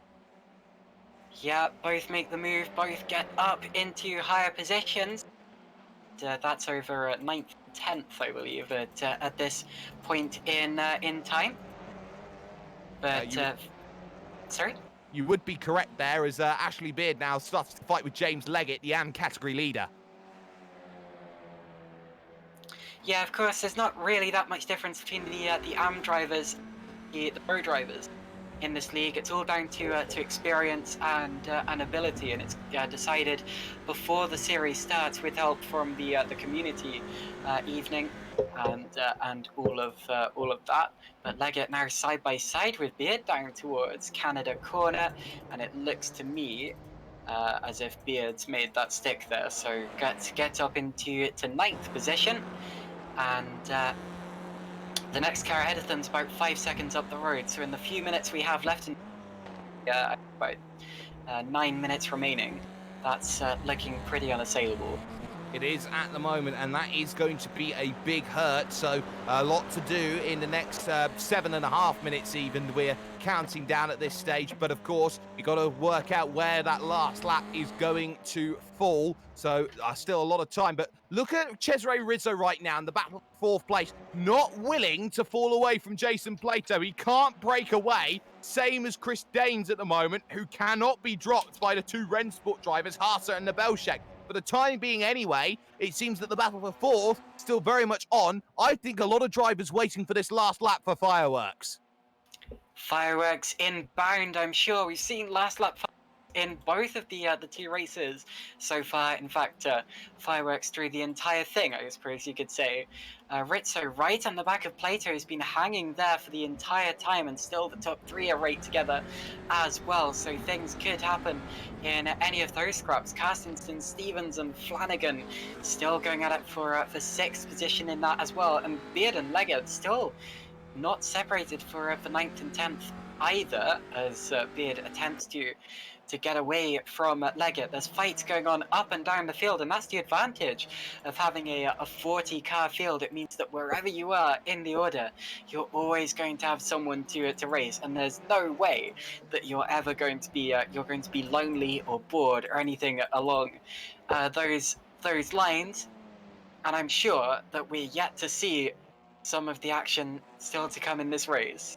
Well, we've only got a few minutes left. Nicole Foggy moves up into 14th place. He's past Wouter Van Essen. And now next up will be Craig Harris, Dan Brown, and Julian Janowski to try and chase down as much as possible. Your leading 3, though, still there. RSO 1 and 2. Haase ahead of Nabelshek. Chris Danes, though, just about still there in 3rd position. About half a second back. Hitting a bit of dirty air. Not the same dirty air you get in an F1 vehicle or an open wheeler, but still a little bit of it there, which is not making life easy. But Danes able to use the straights to his advantage, keep himself in check. I think that if you're RSO, you've got to give Nabelshek as much as possible, but I reckon they should fight for it. We don't like seeing too much multi-21. 5 minutes to go, which means there's 3 laps remaining. So just a few laps to go in this race. We're getting into the late stages, and this is where they've got to be discussing with themselves who is going to, or with each other, sorry, who is going to take the flag, or if they're going to fight for it. For now, I expect them to hold station to avoid risking anything, but surely for the final lap or two, it's going to be just going at it and fighting through. But then again, they don't want to have to. Here we go. Yeah, here we go. This is Nabelshak No, he not backed taking out up of it. the inside. That's Yeah, interesting. certainly could have gone for it there, couldn't he? He certainly could have done. He definitely had enough toe. He pulled right up to the rear of the Audi RS3 in front of him, but very much decided that it wasn't his time of day to go out there and make the moves just then. So he's got to wait for a different chance come along and make that happen. So there is always a different point in time. Here's Nicole Foggy, though, down the inside of Craig Harris, and he's got the move done. He's up into 13th place. So Craig Harris in the Brittech Sim Sport car doesn't rhyme with Haynes, Danes, or James, but still just as credited as a member, and ultimately just has to lose the position because Nicole Foggy is just that good. But look at James Leggett. He's still going on at Ashley Beard. Beard, who's third in the championship coming into this evening, he is not out of the woods just yet. I can barely believe what I'm seeing here between pretty much everyone in the field. But yeah, it looked to me as if Beard was going to leg it away from Leggett. He just hasn't done. He hasn't been able to get away, and I expect that part of that is going to be because of the slipstream, allowing Leggett to stick with Beard every time they go onto a straight. But also, Leggett's going to be absolutely fired up now, seeing a car ahead of him. You never like to see a car ahead of you as a driver unless it's giving you a slipstream in qualifying. He's now also got Janowski on his rear, so we've got more drivers getting involved in the scrap who were nowhere near them just a lap ago. So they've been dropping back. Janowski's been pushing forwards, and Janowski, who has finished 11th in pretty much all of the sessions that we've done so far today, currently running in P11 as well, wants to get higher up into his first top 10 of the day. He goes to the right-hand side of James Leggett. Does, and this is with 2 laps to go. Leggett is blinking a little bit. That's not going to be helping here. He's not going to be getting any draft, and behind Dan Brown will not be getting that draft either. Janowski does have to lift off of it because of the blinking there and the big issues there with the connection for James Leggett. So that is a much tougher battle for Janowski than he wants, because it's nothing that he can control at this stage. Look at Danes, though. He's through on Nabelshak, but they're side by side now for second place. Nabelshak lost the lead heading through turn 1, backing out of it too much, and Danes just took an advantage. He said, that's mine, and he's still got it. And look at him fighting Nabelshak, having to look every which way to try and make a move. Oh, and he gives him a shove, and he pushes to pass to try and get it done. That's touring car at its finest. And look at that, Chris Danes back into line, but Haas's clear and looking for 2 wins on the evening. I'm not entirely sure there was contact there. It looked to me as if he just ran wide rather than got a nudge from Nabelshak. It did look weird how he'd leave the door open there, and that's allowing Robin Haas to get away from both of them in all of that as well. So Haas continues to streak away as Nabelshak possibly tries to hold up Danes behind. I don't expect that he would have wanted to sacrifice the win for this, but whatever the case, we head towards we've got 1 lap left after this one, so it's all going to be down to what Danes and Nabelshak can do now. Certainly is, and Chris Danes wants to get straight back straight away. Looks to the outside as Nabelshak defends heavy and resigns himself to the role of having to play second best here tonight to his own teammate Robin Haase, who got the win after contact with Plato at Canada Corner on the last lap. This time, he's managed to get himself in front through strategy, through a good grid position, and also through battling incredibly hard from now to the end of this race. Look at Niels Carstensen, though, the battle for the top 5. Rensport Online would love 3 cars inside the top 5 for maximum damage to VX Racer as XV Racer as they move forward. Carstensen trying everything to pull himself back to Cesare Rizzo in that battle. Danes, though, here in the battle for the podium, knows that he is 1.4 back now of Robin Haase, and Nebelshek 1.1, and I wonder if Robin Haase might just give himself 2/10 back to Nebelshek to try and give him some toe, to try and give himself a chance to break away. For the time being, Chris Danes within 3/10, 3 car lengths, trying to pull this gap down as they head under the Sargento Bridge for the final time here at Road America. They're all thinking about what happens next time when we head over to Donington Park in the National Circuit, a true vintage circuit when it comes to touring car racing. Into turn 5, no chance this time for Chris Danes. He must look at Canada if he thinks that he's got a chance of getting anything sorted. Same said, though, for Niels Carstensen, because Rizzo has just enough. They fight behind, though, as Foggy has found Brown and Beard down the inside of Janowski. He's got it sorted. They managed to run panels, but they get away with it. On the brakes up the hill into 6, and Foggy needs every position on this final lap, and Janowski will not yield, nor will Ashley Beard, who's third in the championship. Around the outside, he thinks about it, still holding it now as he heads his way towards turn 8, and the battle that continues out on track. I think he may have just held it. Those out of the carousel, it is very much Nebelshek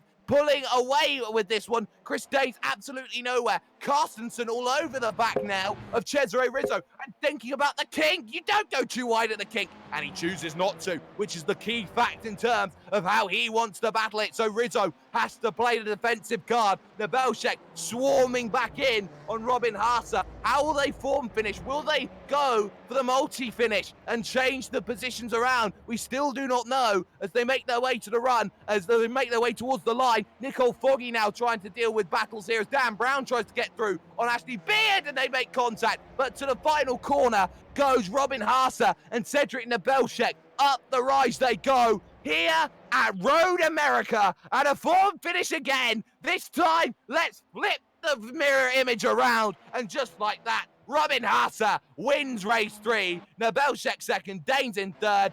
Plato gets fourth. Rizzo holds on towards the end, and a drag up to the line as Dan Brown tries to find himself a way past Ashley Beard, and not finding it as they cross the line. And a good recovery from Nicole Foggy, who can only manage to get 12th place, and a big crash over the line. That's Richard Haynes, the former AM category leader. He was trying to get through, and I think that was all down to Adam Barth moving across there and turning him across his nose over the line. Crucially enough, though, Richard Haynes does finish ahead because of it. So that is going to be key as they cross the line, and drama up and down the field, and the first ever caution overall as they went through. Absolutely sensational we have seen here from this wonderful, wonderful track, Caitlin. Goodness me, and also Beard and Brown did manage to stay ahead of Foggy there, and that may be important for the championship because Nebelshek there scored a huge serving of points throughout the 3 races. That's a triple podium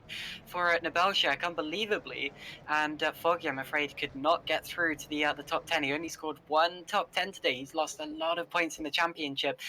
Robin Haase has scored a lot of points in the championship, winning 2 out of 3 races. But I have to say that my driver of the day, surely, Nebelshek, they're crashing after the finish line.